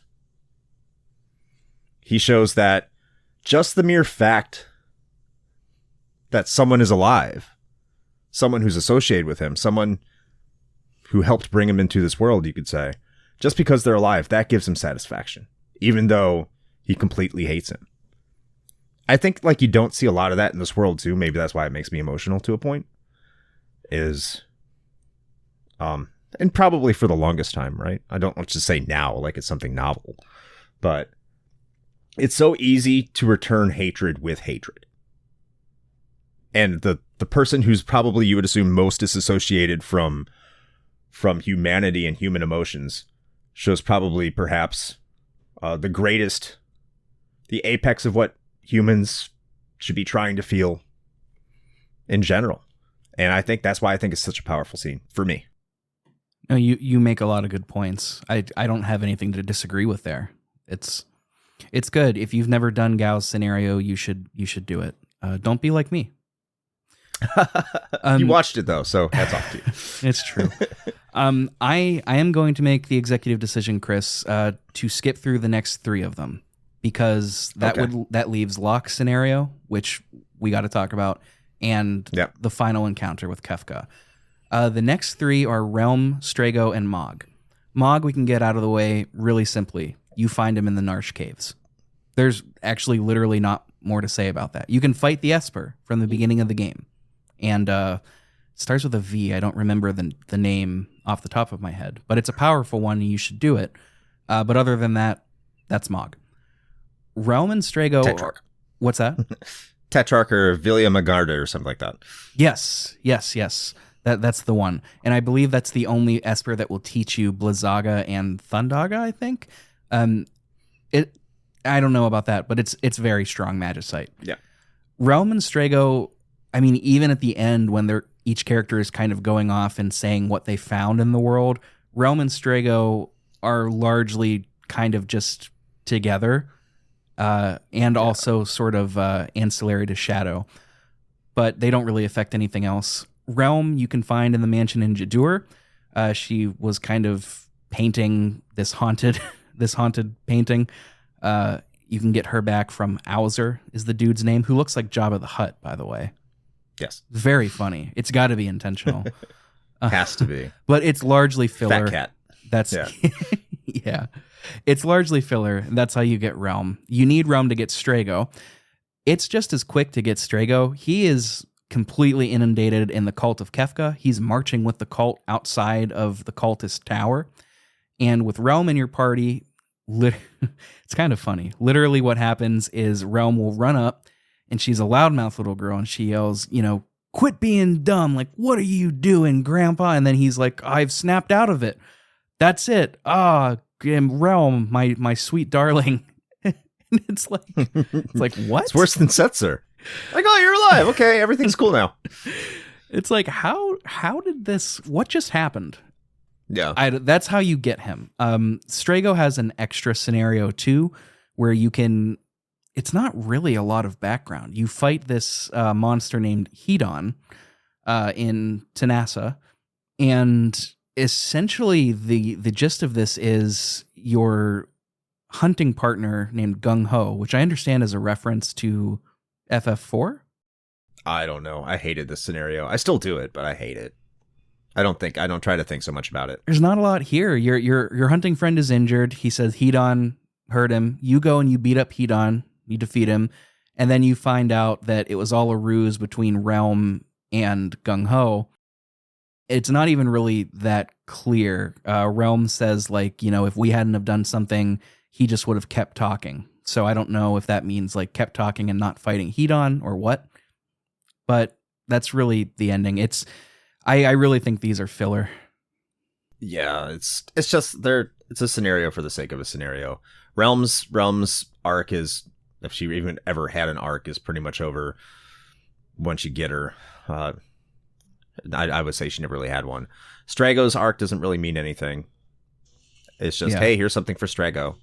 He's old and he has past things, and there's Strago. I did this time decide to make Realm a primary party member of mine though, because she has the highest magic stat in the game. Yes. And it's fantastic. And plug her up with an Esper that does a magic bonus every level up too, and she will wreak havoc. Oh yeah. You slap an Ultimar on her, and it's off to the an Ultimar. I can't talk. You know what I mean. To be fair, like Ultima at the end of the game on anybody is pretty much broken. Yeah, the end game of this becomes like, how fast can you get everybody to learn Ultima? And that just makes the final tower, it just makes it so easy. But we've still got the biggest scenario, by far the longest scenario to go through, and that is Locke's. And it is really, really good. Although I will say I'm not crazy about the dungeon. I think Kefka's Tower is just this dungeon, but better. But what happens is you learn that Locke is still doing what he was talking about at the beginning of the game. He's looking for this famous treasure that is said to be able to bring back life from the dead. And where that is in Phoenix Cave. Longtime JRPG fans, you'll know that immediately. Phoenix Down revives party members. For this one, you form 2 parties, and you're going to be able to switch between them using a button on your control pad. And the gist of this is like you have to go through and trip switches to let the other party through, and then trip switches to let them through. So you're always switching back and forth. It's not like the beginning where you could really just use one party to take down Kefka and the guards. It's not like that. This, I don't know, like I liked it, but at the same, I think it's just long. I think that's it. It's a little long, yeah. I think it kind of serves as a primer for the final dungeon. It's kind of like, hey, if you can make it through this, you're almost ready for the end of the game. Now the player doesn't know that, but it is a difficult dungeon. The monsters here are difficult, and if you cannot make it through this dungeon, you will not make it through the final dungeon. And the final dungeon also has a lot of the same elements to it, and how they break up your party and the switches and everything like that. So this is kind of just a test drive. I think serves more as a test drive to say, let's test your skills, let's see where you're at. If you can make it through this dungeon, yeah, you're ready. You're almost ready to make it to the end. It's almost like a penultimate dungeon for the party. Yeah. Although I do think Kefka's Tower is significantly more difficult. At least it was for me. Oh, yes, by far. But this is just, hey, this is an early test to kind of remind the player, hey, like you might have a little ways to go. Sure. At the end, we find Locke here, and he has found what he's been searching for all this time. He finds this cracked magicite that is rumored to bring back the dead. So we get a cut to where we've all traveled back to Kohlingen. And Locke brings this to Rachel, who is still in the Undertaker's, the mortuary dude's basement. Mm-hmm. And at first, it doesn't look like it's going to succeed. And all of a sudden, Rachel wakes up. This is the first time in the game that this has happened. And she tells Locke that in her final moments, she says, my memory returned. You know, I remembered everything that you did for me. Because remember, Rachel suffered an injury before and lost her memory. She got amnesia, and everybody in town said, like, Locke, you gotta go. You are doing nothing but trouble for this young woman. We all need you gone. So he's been heartbroken about this ever since, and now Rachel is telling him with her own mouth, with her own words, like, I know what you did. I remember all the good deeds you did. You took care of me. I love you very much. I'm truly happy. And because the magicite was broken, this is kind of something you just have to accept, you know? It's not really explained. Mm-hmm. She doesn't have much time. And she tells Locke, from this point forward, just please accept that you helped me in the best way that you could. I am truly happy. You can move on. Please do not be chained down by this. Please live a life free of guilt. And she thanks him, and she is gone. But it is such cool imagery where she floats sort of up in the air, and we get this imprint of the phoenix in the background, sort of lighting up like a sigil. And it stays there for a moment or two. Mm-hmm. It's really, really powerful. But she's gone. Like after that, she passes away, and this is how we get the Phoenix Magicite. which is not broken. I think it's implied that her remaining life force sort of combines with the Phoenix Magicite. I think. I don't know. What's your read on this, Chris? I know you like this one a lot. I interpret it almost as if she's accepted the fact that she died and she has been dead and she's just been preserved. So it's kind of like reviving the dead is a fool's errand. And you don't know the full extent of what the Phoenix Magicite is. It's a legendary Magicite. And which is weird because at the beginning of the game, no one knew that Magicite even existed. And here we are, Locke's chasing a legendary Magicite. Okay. Which again, I just thought about, like, that doesn't make any sense. But, so maybe like a magic rock or just a magic item. It's just a legendary relic of sorts, right? Not like a equipable one, but like a real one. So you get this Phoenix that's supposed to revive people, but much like you get in all sorts of, ancient folklore, mythology, like you go to revive somebody, there's always a catch. So I think it's kind of her saying, I've accepted the fact that I've been dead. I have accepted the fact that I can no longer be of this world. And she encourages Locke to move on, as you said. And it's not, I didn't take it as she gave her remaining life force to the broken Magicite to restore the Magicite. I took it as she essentially became Phoenix herself.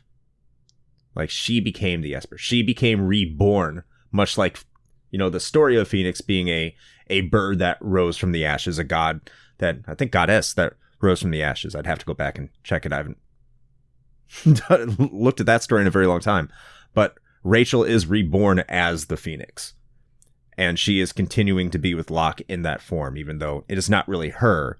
That's her spirit joining the party and joining up with Locke, because it's time for him to move on and accept his own fate and destiny.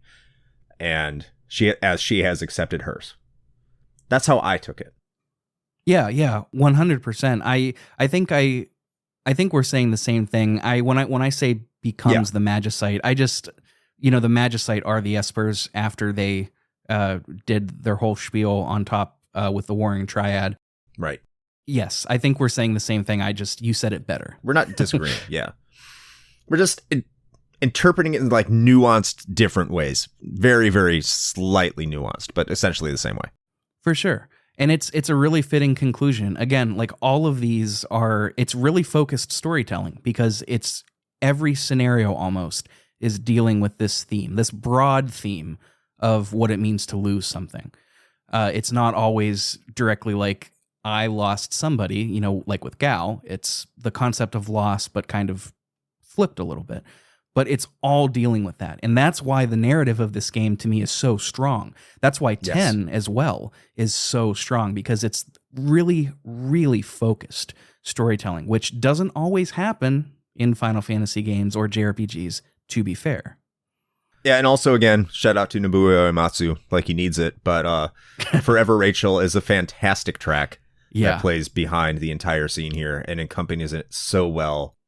It's incredible, and it really drives those emotions home, and it's so great. It makes Locke the memorable character, because like his ability steal isn't all that fantastic, because a lot of the items that you get in this game, like a lot of the rare items, you don't steal. So him as a thief is not really a character you want to take along, but the story itself, the way it develops, the way it's portrayed, it really makes Locke that character that you just want to have in your party because you enjoy his arc. But speaking of Locke being a thief, if you get Locke here, well, you have to get Locke, right? No, he's optional. I get this so confused because I just don't pay attention. I just try to get everybody. There's only 3 mandatory characters. Right. Setzer, Edgar, and Celes. Yes. Mm-hmm. But with Locke in your party, you can get into all of the houses and shops that are locked in Narsh. This is how you can get the Ultima magic. You can find this dude that's got the Magicite for Ragnarok, which teaches you Ultima. He'll either give it to you wholesale for free, or he'll turn it into a sword for you. Mm-hmm. The pro strat, if you're trying to go the completionist route, is to take the sword, because you can also learn Ultima from this shield that you get in Narsh as well. This the shield sucks. It's useless until you fight 255 battles with it, at which point it transforms into a good shield. But before that, it like actively hurts you. So either way, this is how you can get Ultima. And it's a nice little final thing for Locke. And I like that every time you unlock one of these houses with Locke, every time without fail, he'll turn around, look at the party, and like give a little wink, and then you walk in. It's very cute. I like it a lot. For the sword or magicite choice, what do you do? I think I usually did magicite because I know that I'm only ever gonna get it on 3 people max, probably. Okay. So I usually do magicite. I'm a little bit more neurotic when it comes to this. So I always get the shield, and then I go to Celeste's island, and because the enemies there will die on their own, and because they're poisoned or something, they have some debilitating status, and so I just walk around there forever, get the paladin's shield, and then just swap the shield around and learn Ultima. That's normally how I do it. Mm-hmm. Yeah, you can do it either way. It depends on what you want to do. You can also transform the sword, the Ragnarok sword, into an even better sword at the Colosseum, if memory serves. The Illumina. Only bad thing about the Illumina is that it randomly casts Holy, which isn't always a good thing for you. Oh, wow. Because sometimes it can heal the enemy, because it's a Holy sword. Especially in the final dungeon, because you'd be surprised what enemies absorb Holy. So I just normally keep Ragnarok, which randomly casts Flare, which is non-elemental damage. It's a good strategy.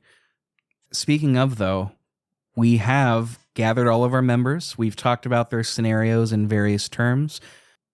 We are now ready to take on Kefka.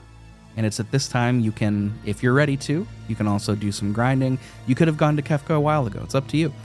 But we're going to go there now. So let's get to Kefka's Tower. Let's do it.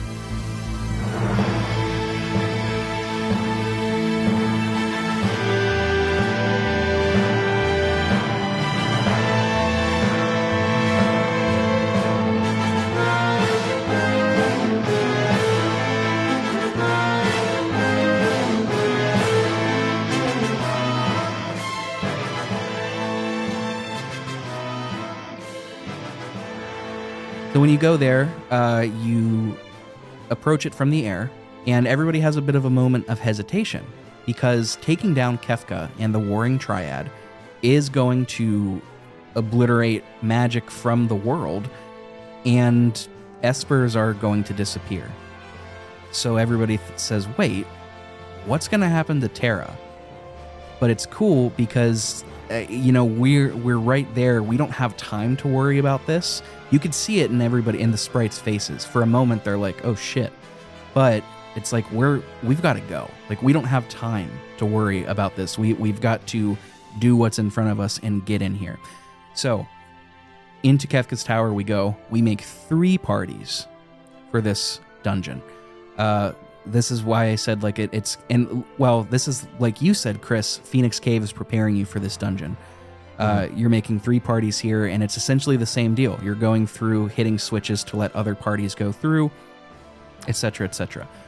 The big drawback to this one is that you're going to be fighting a lot of random battles here, which I'll be honest, at this point in the game, I was getting a little bit annoyed with all the random battles.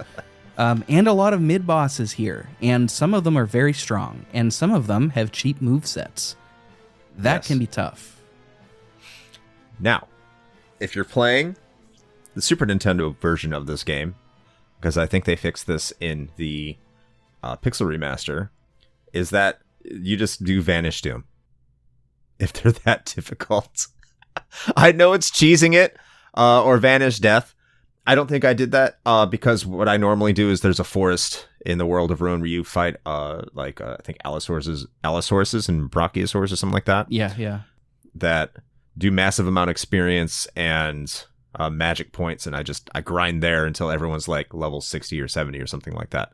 Till everyone has like 9,999 hit points or something ridiculous. I always do because I'm crazy. But yeah, that's a tactic. But you got to prepare. You're right. You do have to prepare your characters for this battle. You just can't go marching into the dungeon after you get all of your characters and just expect to clean house. Like, what kind of weapons do you have? What kind of build-ups do you have? Did you find relics? Did you do character side quests that have some of the more powerful relics? Do you know how to combine your Genji gloves and offering? Did you get the offering? You know, these are the kind of questions that you need to ask yourself before going in here, because it is a Final Fantasy final dungeon, and they're not annoyingly hard. Yes, you're going to be fighting a lot of battles, but they will grind on you. It is a test of your skills. So, and it is a test of like your determination in order to do it. It is a long dungeon. It is a very long dungeon. Probably the longest one in the game, as you would expect. Thankfully, there are multiple save points throughout the dungeon, and you can pretty much leave whenever you want to. You just have to restart it, unfortunately. So if you want to go grind there, you can. It's not even the best grinding spot in the game. I don't know why you would, but you could. And maybe you can. Is there a part where you can transport to a different part? I'm not entirely sure, and I've never tried to use a teleport stone while in there to get out. I know you can pretty much leave at any point that you want to. It's not hard to get out of there. I think you can use teleport stones, though, to like automatically just get out of the dungeon. I think you can. Okay. But in any case, yeah, I mean, it's a dungeon that is meant to push you, to get you to the end. Yeah. The Warring Triads there, you can fight them. You get another rendition of the Ultima weapon, but I don't really care about the Ultima weapon. You already fought them. The lore's not there. But this is where you get some more of that world building about the War of the Triad, why they kind of teamed up with Kefka. They say a few little one-liners before fighting you, and, oh, you cannot defeat us. We are the most powerful in the world. Which, of course, you wax that ass and you move on. Well, apparently not. Well, I mean, these guys gave me a lot of trouble. Yeah. I was over leveled up until here, but I don't think, like, if you look on the internet and search, like, what level should I be for Kefka's dungeon? The general consensus is like, oh yeah, like mid 40s, you know, somewhere around 45, 48, like that you'll be ready. That's low. I don't think that's the case because I was level 50 and I was getting wiped by some of these guys. For me, and it might have been like some of the rebalancing they did in the Pixel Remaster, I'm not sure. Again, I don't know because, like I say, over level to extreme degrees before going here. But I think it's also how you divvy up your party and how you use their abilities relative to what your party makeup is. So, like, for example, I'll put Sabin and Edgar in separate parties. Then I'll have a character that has my Genji Glove offering combo in a different party. That way I have 3 massive damage dealers in every single party. Maybe Realm in another one, make sure she has Ultima. Just so I'm covered. And like 3 really strong healers. So I'll even bring Gogo along for the ride. Because Gogo can have any ability anyone else has.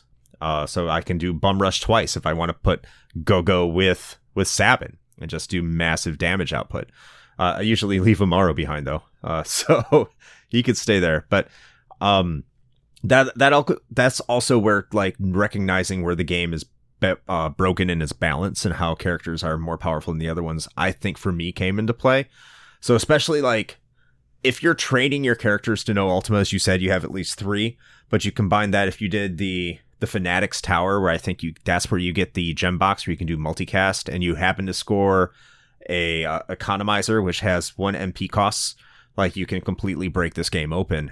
And I think that's one of the reasons why I spend so much time grinding, is so I've never associated Kefka's Tower being overly difficult, because there's always a way for me to exploit everything to that point of the game. And I think that was kind of the intention. And I understand, like, people don't want to put up with that because random battles can be annoying and doing a lot of grinding can be annoying. And so maybe I'm not playing it the way it was intended to be played for that challenge, but I don't find it because I do those ridiculous things. No, I agree with you. I think if you come in prepared like that, then it's going to be fine. Whether your preparation is massive overleveling or more pragmatic with the economizer, like you mentioned, or the Genji Glove plus the offering. Things like that make the game break open, but also, you know, relieve you of having to grind like crazy, which is a little more mindless than hunting down these items. This time I was apparently underleveled because the Warring Triad in particular gave me, Fiend, I believe, the one that freezes you and then shatters you. That one gave me a lot of trouble. Demon did not give me tons of trouble. You fight demon, fiend, and goddess. Those are the representations of the warring triad. You take them down. Once you take them down, you have a straight shot into the final area of the game, which is encountering Kefka. And this is another one of those great scenes. It's the final scene. It should be great. And it just puts a nice little bow on everything. Kefka's being his typical Gen X self and saying how much the world doesn't matter. I'm sorry, Gen X, you rule, but you're a bit nihilistic. But Kefka is the king of nihilism. Nothing matters, and he revels in just the futility of everything, and the reason everything is futile is because of him. And he will ensure things are futile, and nothing matters, and he challenges this. And as Rick wrote down in his notes, which I'll read to this, and he can get to the more positive parts. You know, he's throwing the characters around. He's showing his power. He is this almighty being. He says, "Embrace your destruction. It is the fate of all things. To be destroyed, maybe it is." Well, this is where they come in. Yeah, but yeah. They come in and they say, "Well, I'll let you take this because I already said you did." Said you would. It's I'm horrible at this. No, dude, it's fine. You're reading my shortened, abbreviated notes. Like you said, Kefka says, "Embrace your destruction. It's the fate of all things." And your party will respond, "To be destroyed? Well, maybe it is, but people can always rebuild, and new lives will always be born." Kefka, why do people insist on creating things that will inevitably be destroyed? Why do people cling to life knowing that they must someday die, knowing that none of it will have meant anything once they do? Your party then gives their defenses. Living is about working for something, finding meaning. You know, Tara will say, Kefka says something like, "And have you found your meaning in this barren world?" And one by one, your members will say, like Tara says, "Love." Locke will say, "A person worth protecting." Realm will say, "An obnoxious grandpa who I couldn't live without," etc., etc. And Kefka has a great response to that. He and right as he does, the music changes to Kefka's original clown theme. So it's played as like dark comedy here. Kefka will say, "You people make me sick. You sound like lines from a self-help book." Which it does. It does. It really does. It's kind of at the very end of the game. It's kind of commenting, like winking at the player, like, "Yeah, we know these are tropes, but like, we know, but you'll like it. You'll like what comes." Yeah. You mentioned that Kefka is the theme of the king of nihilism. Yeah. I want to push back a little bit, and I don't think that he is inherently nihilistic. I think he's using nihilism and this is splitting hairs. I think he's using nihilism to further his sociopathy, because what he's saying, he's making this leap of judgment, and he's saying nothing matters, therefore I should kill everything, and I should be God, because nothing matters. Whereas nihilism itself, like as a philosophy, doesn't say the world is pointless, so who gives a shit? It's life itself has no inherent meaning. Good or bad, life doesn't mean anything. The meaning comes from what we attribute to it. We, going back to Tara, love, Locke, a person worth protecting, etc. That's the meaning. But life itself, meaningless. Kefka, he's like, yeah, life is meaningless, so I'm gonna kill everyone. it's well, what is it? If life is meaningless, then what does it matter if I destroy it all? So I will. Exactly. And he's like, well, I'm the person to do it. I'm the only one that can do it. And everyone's going to die anyway. So like, why are you worried? This is going to happen whether I do it now or later. Let's just make it all. Let's do it now. Let's get it over with.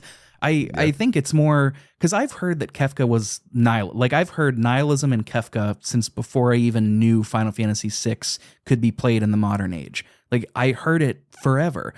And I never saw him as inherently nihilistic. Like he is a little bit, but he's more of just a psychopath. And I don't mean to use those terms interchangeably, sociopath and psychopath. I know they're different.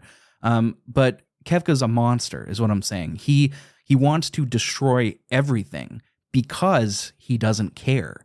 He's like, it doesn't matter, so I'm going to kill you all. It's not, it doesn't matter, so well, I don't really care if you come or go. Like, if you attack me, I'm going to kill you, but you could leave. I don't really care. You make a good point, too, because he does care about his own life and goals. He does. So that indicates that he's not truly nihilistic, because if he was, he wouldn't be a ruling god. Because he wouldn't assume that having those powers would mean anything, that using those powers would mean anything, wouldn't accomplish anything. And he wouldn't care if they came up to fight him. He'd just be like, okay, come and kill me. I don't care. But he does fight back. He resists. So he does care about himself. He finds meaning in what he does. He's just saying that you have no meaning in what you do. So there is no meaning to anything, without realizing that, yes, he does find meaning because there is meaning with his own psyche. He's a little bit narcissistic in that way too. Like a little bit.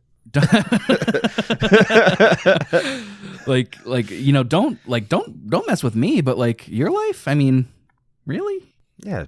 Your life is forfeit. Mine is amazing. I still think, as far as Final Fantasy villains go, that Kefka is one of the best. Yes. I like him more than Sephiroth, I'll be honest. Far more. But, some of the other ones that get brought up all the time, like Sin from 10, I'm more into what's going on with Kefka and his motivations than I am with that one. I still think Kefka is by far the best. I don't think there's a comparison. I don't want to go too much into the Sin debate, but I think he's better than Sin. I think the closest that you can get with Kefka might be Seymour. Oh, yeah. That's a great point. I forgot about Seymour. Seymour has an annoying trope that I don't want to talk about here that prevents Seymour from accomplishing that. Because I just played through 10. But yeah, Seymour's the closest, I think. You just reminded me how much I like Seymour. I forgot all about Seymour. Seymour's fantastic. But one last thing before we move on into what happens in kind of like symbolism and kind of building up to that final battle. It does remind me, maybe this is a bit of foreshadowing. I don't know if it was intentional or not, or maybe I'm just stretching and reaching for something here. But this reminds me of the scene when you're at the Returner's hideout and Baron is talking about Pandora's box and how, he finds Terra to be the single ray of hope in Pandora's box. And like they're looking for rays of hope outside of all the death and destructions that's happening outside of it. And at the end, it seems to be that people find their own ray of hope in the world of Pandora's box. Pandora's box is literally opened. Like before, it was just the Empire is doing terrible things. And we need to find a ray of hope to deal with this. And then something really does happen. Like it literally happens. And everyone finds that reason to be. And maybe that's foreshadowing. Maybe that's the way it was intended to be. Maybe that's me making a reach. Maybe it wasn't intentional. Again, Sakaguchi, he's here in the room with me. He's just sipping on the tea. He's just nodding or shaking his head. I can't tell. It's in between. He's like saying no, but nodding yes. But yeah, I think that's just it was an interesting choice of words and mythology to use in that point and how it kind of wraps up in that way at the end. I don't think it's a reach to call that foreshadowing. No, I think you're right on the money. Okay. Well, thank you. Hooray. Hey, that's just one bozo's opinion. But you are right. I'm that bozo. Yes. Stop it. With our convictions, we've told Kefka our reasoning. He makes fun of us a little. Kefka then says, you're done. I'm going to snuff you out. He summons this huge magical beam that just rips across the continent. He says, I wield the greatest power in the universe. You may as well, I love this line, you may as well be the dirt on the bottom of my boots, or the dirt stuck to the bottom of that dirt. He is a deity, and we are ants. We aren't even ants. We're the dirt under the ants. And this is where the final fight begins.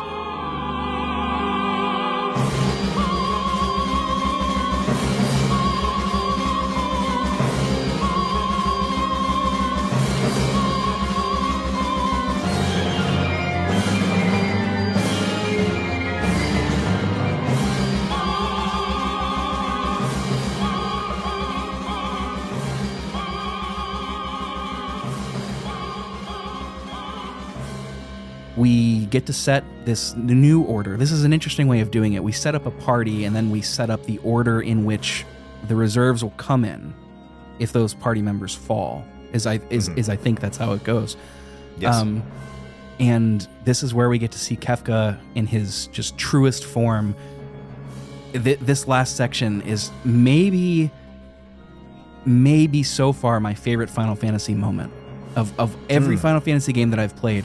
The way that this entire last boss is designed visually. Yes. We're rising this tower of Kefka. We're starting low and we rise and we rise. And at times, Uematsu's music, which I do want to talk about just a little bit.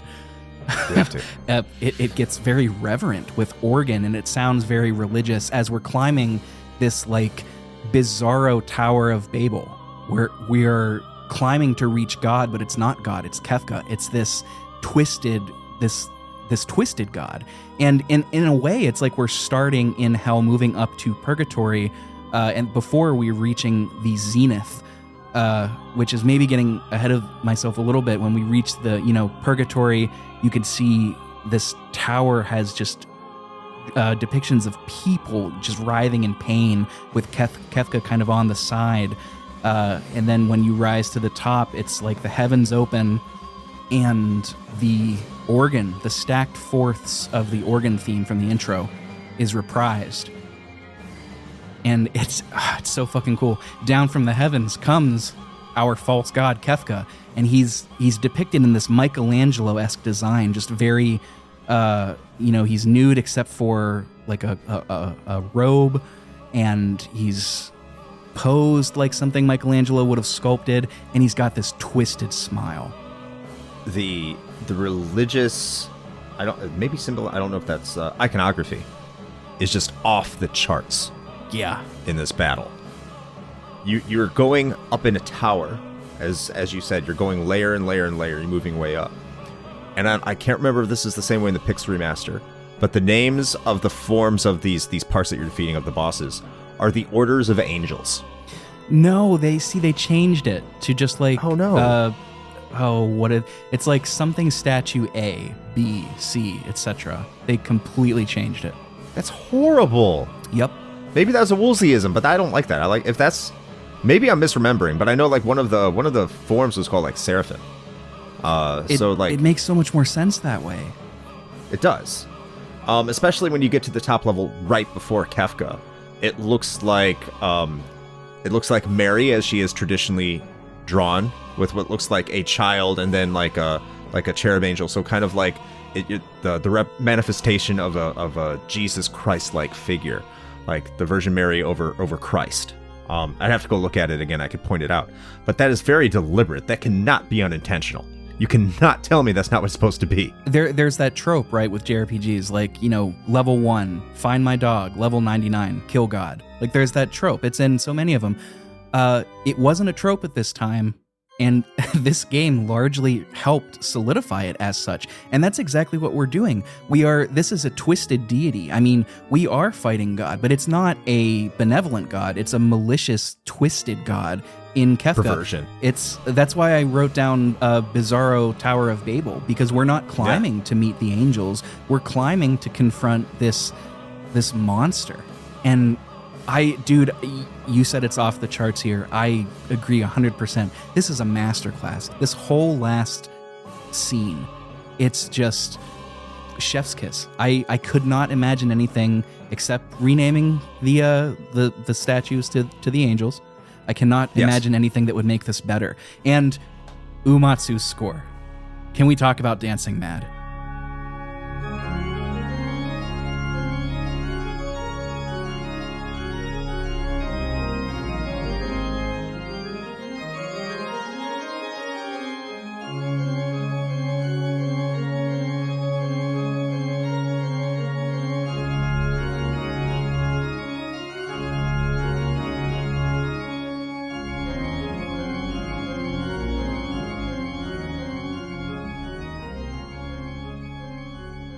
Perfect.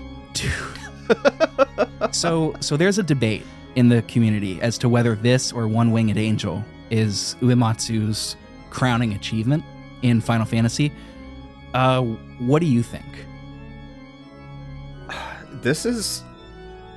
I am not. I have been involved. I was involved with music a lot as a child. Played multiple instruments, was in choir and all that stuff like that. So but I didn't really study it into the nuances of stuff, so I can't speak to it as you can, per se, in terms of music theory and stuff like that. I don't understand anything about theory. But here's what I can say. The sound chip for the Super Nintendo is on a cartridge-based system. It is tiny in terms of memory size, right? What he could squeeze out of there, the sound sampling, the Sony sound chip, and what he did with that is absolutely mind-blowingly amazing.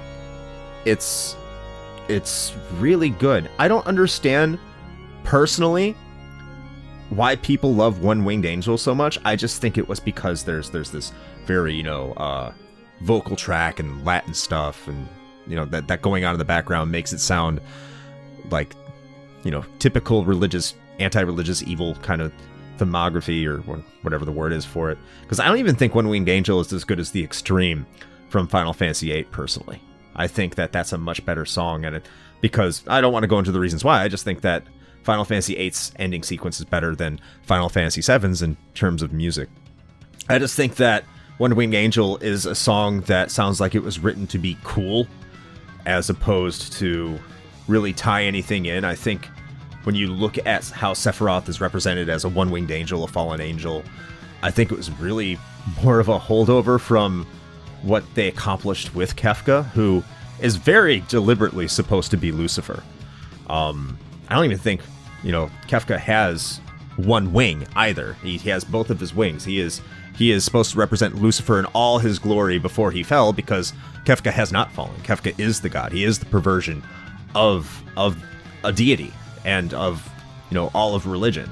So, and that goes along with the plot, because he has made himself God. He has taken control of the Warring Triad and made them his. And now he rules over the world. Sephiroth's not that. It feels really shoehorned for them to be some guy who fell into the planet and, used his mother to summon a meteorite, kind of. I think it's different, and that's why I think, like, everything, how it ties in, the very religious, organic, what you would hear in a typical church setting, that overtone, that overpowering, just representation, iconography, again, I'll use that word. I can't think of the word, but it's so there, and it's so appropriate, and it's so perfect. It just fits together like a puzzle. Whereas as Sephiroth and One Winged Angel just feels cool, and I'll take that power, that how everything clicks, and I can look into it, and I can look into the reasoning behind it, and I can speak to it, and I'll take that any day over what happens in Final Fantasy VII. If you love Final Fantasy VII, you want to explain that to me in a way that maybe I could think that is better. Good luck. I don't think you can. I'm willing to hear it, but it's not close. It's not close. You look at the technology, look at what was available to Uematsu in terms of how he could write the music, how long it is on the Super Nintendo compared to the tools available on the PlayStation. I mean, how is this even a discussion? That's my opinion on it. I mean, first of all, well said. I can't touch on everything that you said, but I think One Winged Angel is a great work. I mean, it's a very good composition, right? Sure. What makes this stand out so much more to me is exactly what you're talking about with the iconography and everything that's being represented. It feels like Uematsu composed One Winged Angel, irrespective of any of the battles that are happening. It's just like, yes. What would theme music for Sephiroth sound like? Oh, okay. For this, it felt like he said, I'm looking at this, I see what's happening, I'm going to compose a piece that embodies this entire last battle. And you can get that because it's a 17-minute track, but when you go across the different stages of Kefka's Twisted Tower, the track will automatically skip to the next section, right? Whenever you're fighting the one that's kind of like the version of Mary, you get the more revenant organ that sounds sort of religious, but with just enough dissonance to make you say this isn't right. And then whenever Kefka descends, that's when we get the what's the word? Intro reprise, the reprise of the intro, yes, of the stacked fourths before that really dissonant.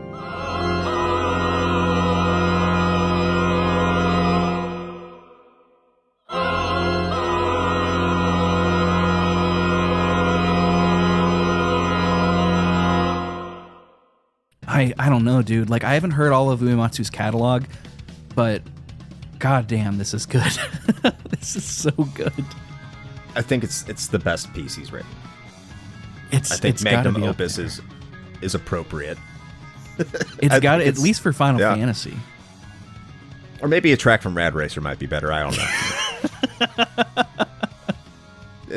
I don't think there's anything he's written that I've heard, or that's off the top of my head that's better. Please, listener, don't say Jack's theme or Sin's theme. Yeah, it's a fun one, but it's no. So what I love about this is when you defeat Kefka, he does not get any last words. You just defeat him and he's done. I love that. Yeah. That trope of a boss having like the final say, like as he's dying. I don't want it. Like, we take care of him and he's gone. But once we defeat Kefka, the tower begins to collapse. Terra collapses too. She's morphed into her Esper form. She collapses, and all of our Magicite just begins to shatter. And obviously, we're like, oh no, Terra. Like, Terra's not okay. But she says, don't worry, I can use the last of my power to get us all out of here. And then we get a cut. I was not expecting this cut. And I'm still not sure if I like it, but I do like this sequence. I just don't know if I like it placed right here. We get a credit sequence, and it's programmed kind of like a movie where like we'll get, because you can rename all of your characters. So let's say you renamed Cyan to Franklin. It'll say like Franklin as Cyan, whatever his last name is, because I can't remember. And each time that happens, we get two things. We see pictures of their trinkets, of their treasures, as we're seeing this, like Gao's helmet, Edgar's coin, bouquet for Locke and Celis, etc. And we also, and I feel like this music's not talked about enough, this whole ending sequence is just a sublime entourage, this sublime combination of every character theme in the game. And as new ones come up, we hear Locke's theme being interwoven in. We hear Terra's theme being interwoven in. It's never copy and pasted. It's just Uematsu, as far as video games go, is the master of leitmotifs. I'll die on this hill. So as this credit scene is going along, we're seeing each of these characters, along with the rest of the group, get out of the tower, and it's usually a funny scene. For Cyan, for example, this is maybe my favorite one.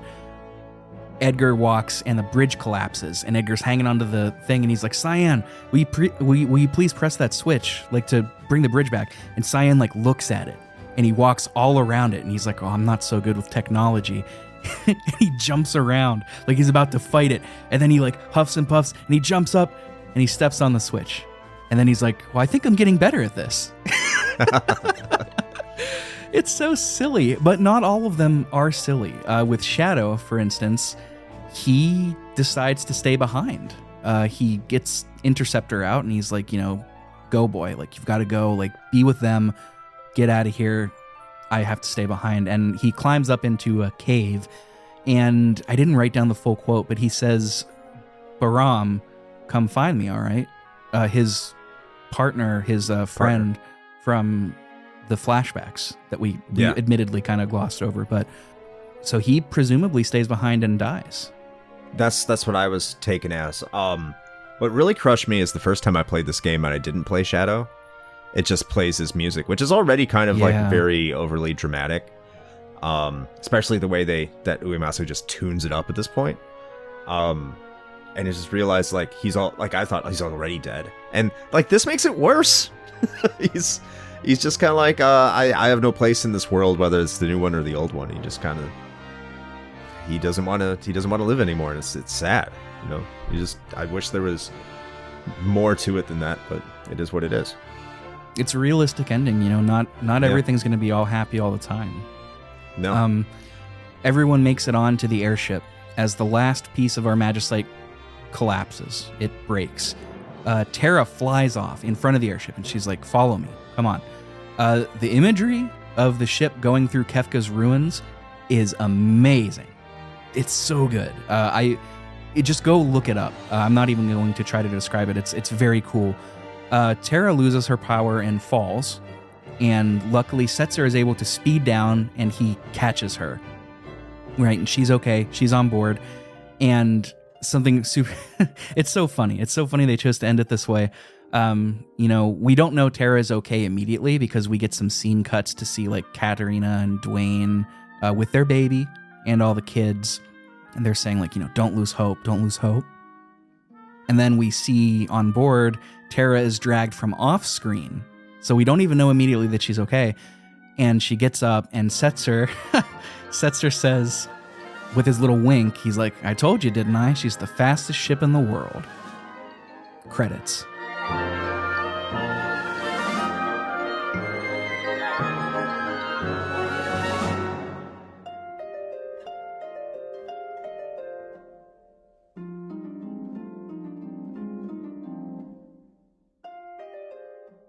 I like the ending.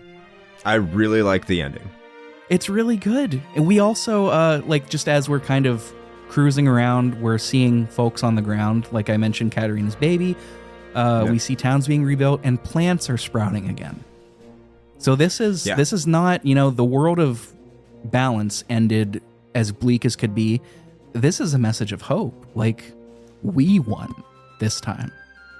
You don't need anything more to it than that. Like, I don't need to know what happens to, Figaro in the future, and does Sabin and Edgar rule together in the Council of Figaro? It doesn't matter, because these characters have found themselves and they're going to continue to carve their own paths, and that's all you really need to know. You don't need anything else. They made it. They defeated the great evil, and they've restored hope to the world, and they've completed their arcs. They've become the characters that they have, if they're interesting to begin with, and not all of them are, but that's fine. But the ending does do a very good job of encapsulating their personalities and the experiences that they are as a character. And that's what you look at, the fact that this game has 14 characters, and the fact that you could probably look at 6 or 7 of them and be like, these are very well developed protagonists, and the other ones at least have their charms that you could look at in the way they act in the ending and how they're getting to the end and be like, yeah, that makes sense. That's that character. That's a fitting way that they would get out of there. It's just highlights. If you've been paying attention, you love these characters, just what they do. And the music score, once again, is fantastic, as you said, with the bleeding over the leitmotifs, and how many leitmotifs there are, and just how every single character has something that fits them, and it's like a remixed version of it, and it's brilliant, and it's beautiful, and then it ties in with like the Final Fantasy theme. This might be the best ending theme in the series as well, and it's a beautifully done ending, a fitting ending for a game that's really a crowning achievement. Yeah, I couldn't have said it better. It's beautiful. It's cinematic. It's fantastic. It ends. I don't think it could have ended another way. Everyone found what they were looking for. They found their purposes, and they stared into the eyes of a false god, of nihilism itself, and said, no, we choose to live. Actually, we choose life, and it's incredibly hopeful, which is almost necessary after how dark this gets. But that's it. I mean, that's the game. It's great. You're almost talking me into a 9.5. I feel like I feel like I just need to like lay down on a recliner and just breathe. This is a hell of an experience, and I gotta thank you again, man. Like, joining me for 4 episodes of this when we originally planned 3. And when we originally didn't even plan for you to be here every time. It was just, whenever you could come. I really, really thank you. This has just been one of the best podcasting experiences I've had so far on one of my favorite games of all time. I think that's safe to say. And, I've got to be honest. I think we did a hell of a goddamn good job.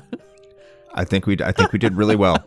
Not to pat ourselves on the back, but, I'll pat you if you pat me, just a little reach around, Well, not like that. Just like... Okay. Yeah, let's not go that far, but, Oh, man. But, yeah, it's been a pleasure being on all these episodes with you. Yeah, we made 4 incredible episodes, and, it's almost sad that we got to wrap this up, but every great series has a conclusion, and you did a great job putting this together. thank you for having me on. Thank you for allowing me to talk about this game. And you know what? I have a feeling that we'll be talking about this game again. Maybe over my place next time, and we'll make another good episode. I like the sound of that. Sign me up, baby. So, sounds good. Listeners, you know what to do. I'm not going to plug at the end of the episode this time. I took care of that at the beginning. I took care of that in the little intro. You know where to find us. You know where to review us. You know where to find Chris. Although I will specify again, look at the show notes because the Linktree and or website, I don't remember off the top of my head, for Retro Hangover will be there.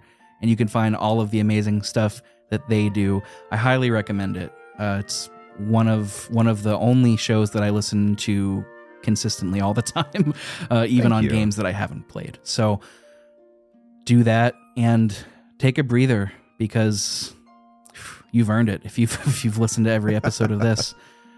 All right, man. Chris, thank you again. I think it's about time to say goodnight. It is. And once again, thanks for having me, and good night, everybody. Thank you for putting up with my rambling, and I appreciate it. As ever, I'm Rick Firestone. No jokes on this one. It's too good. We'll catch you next time.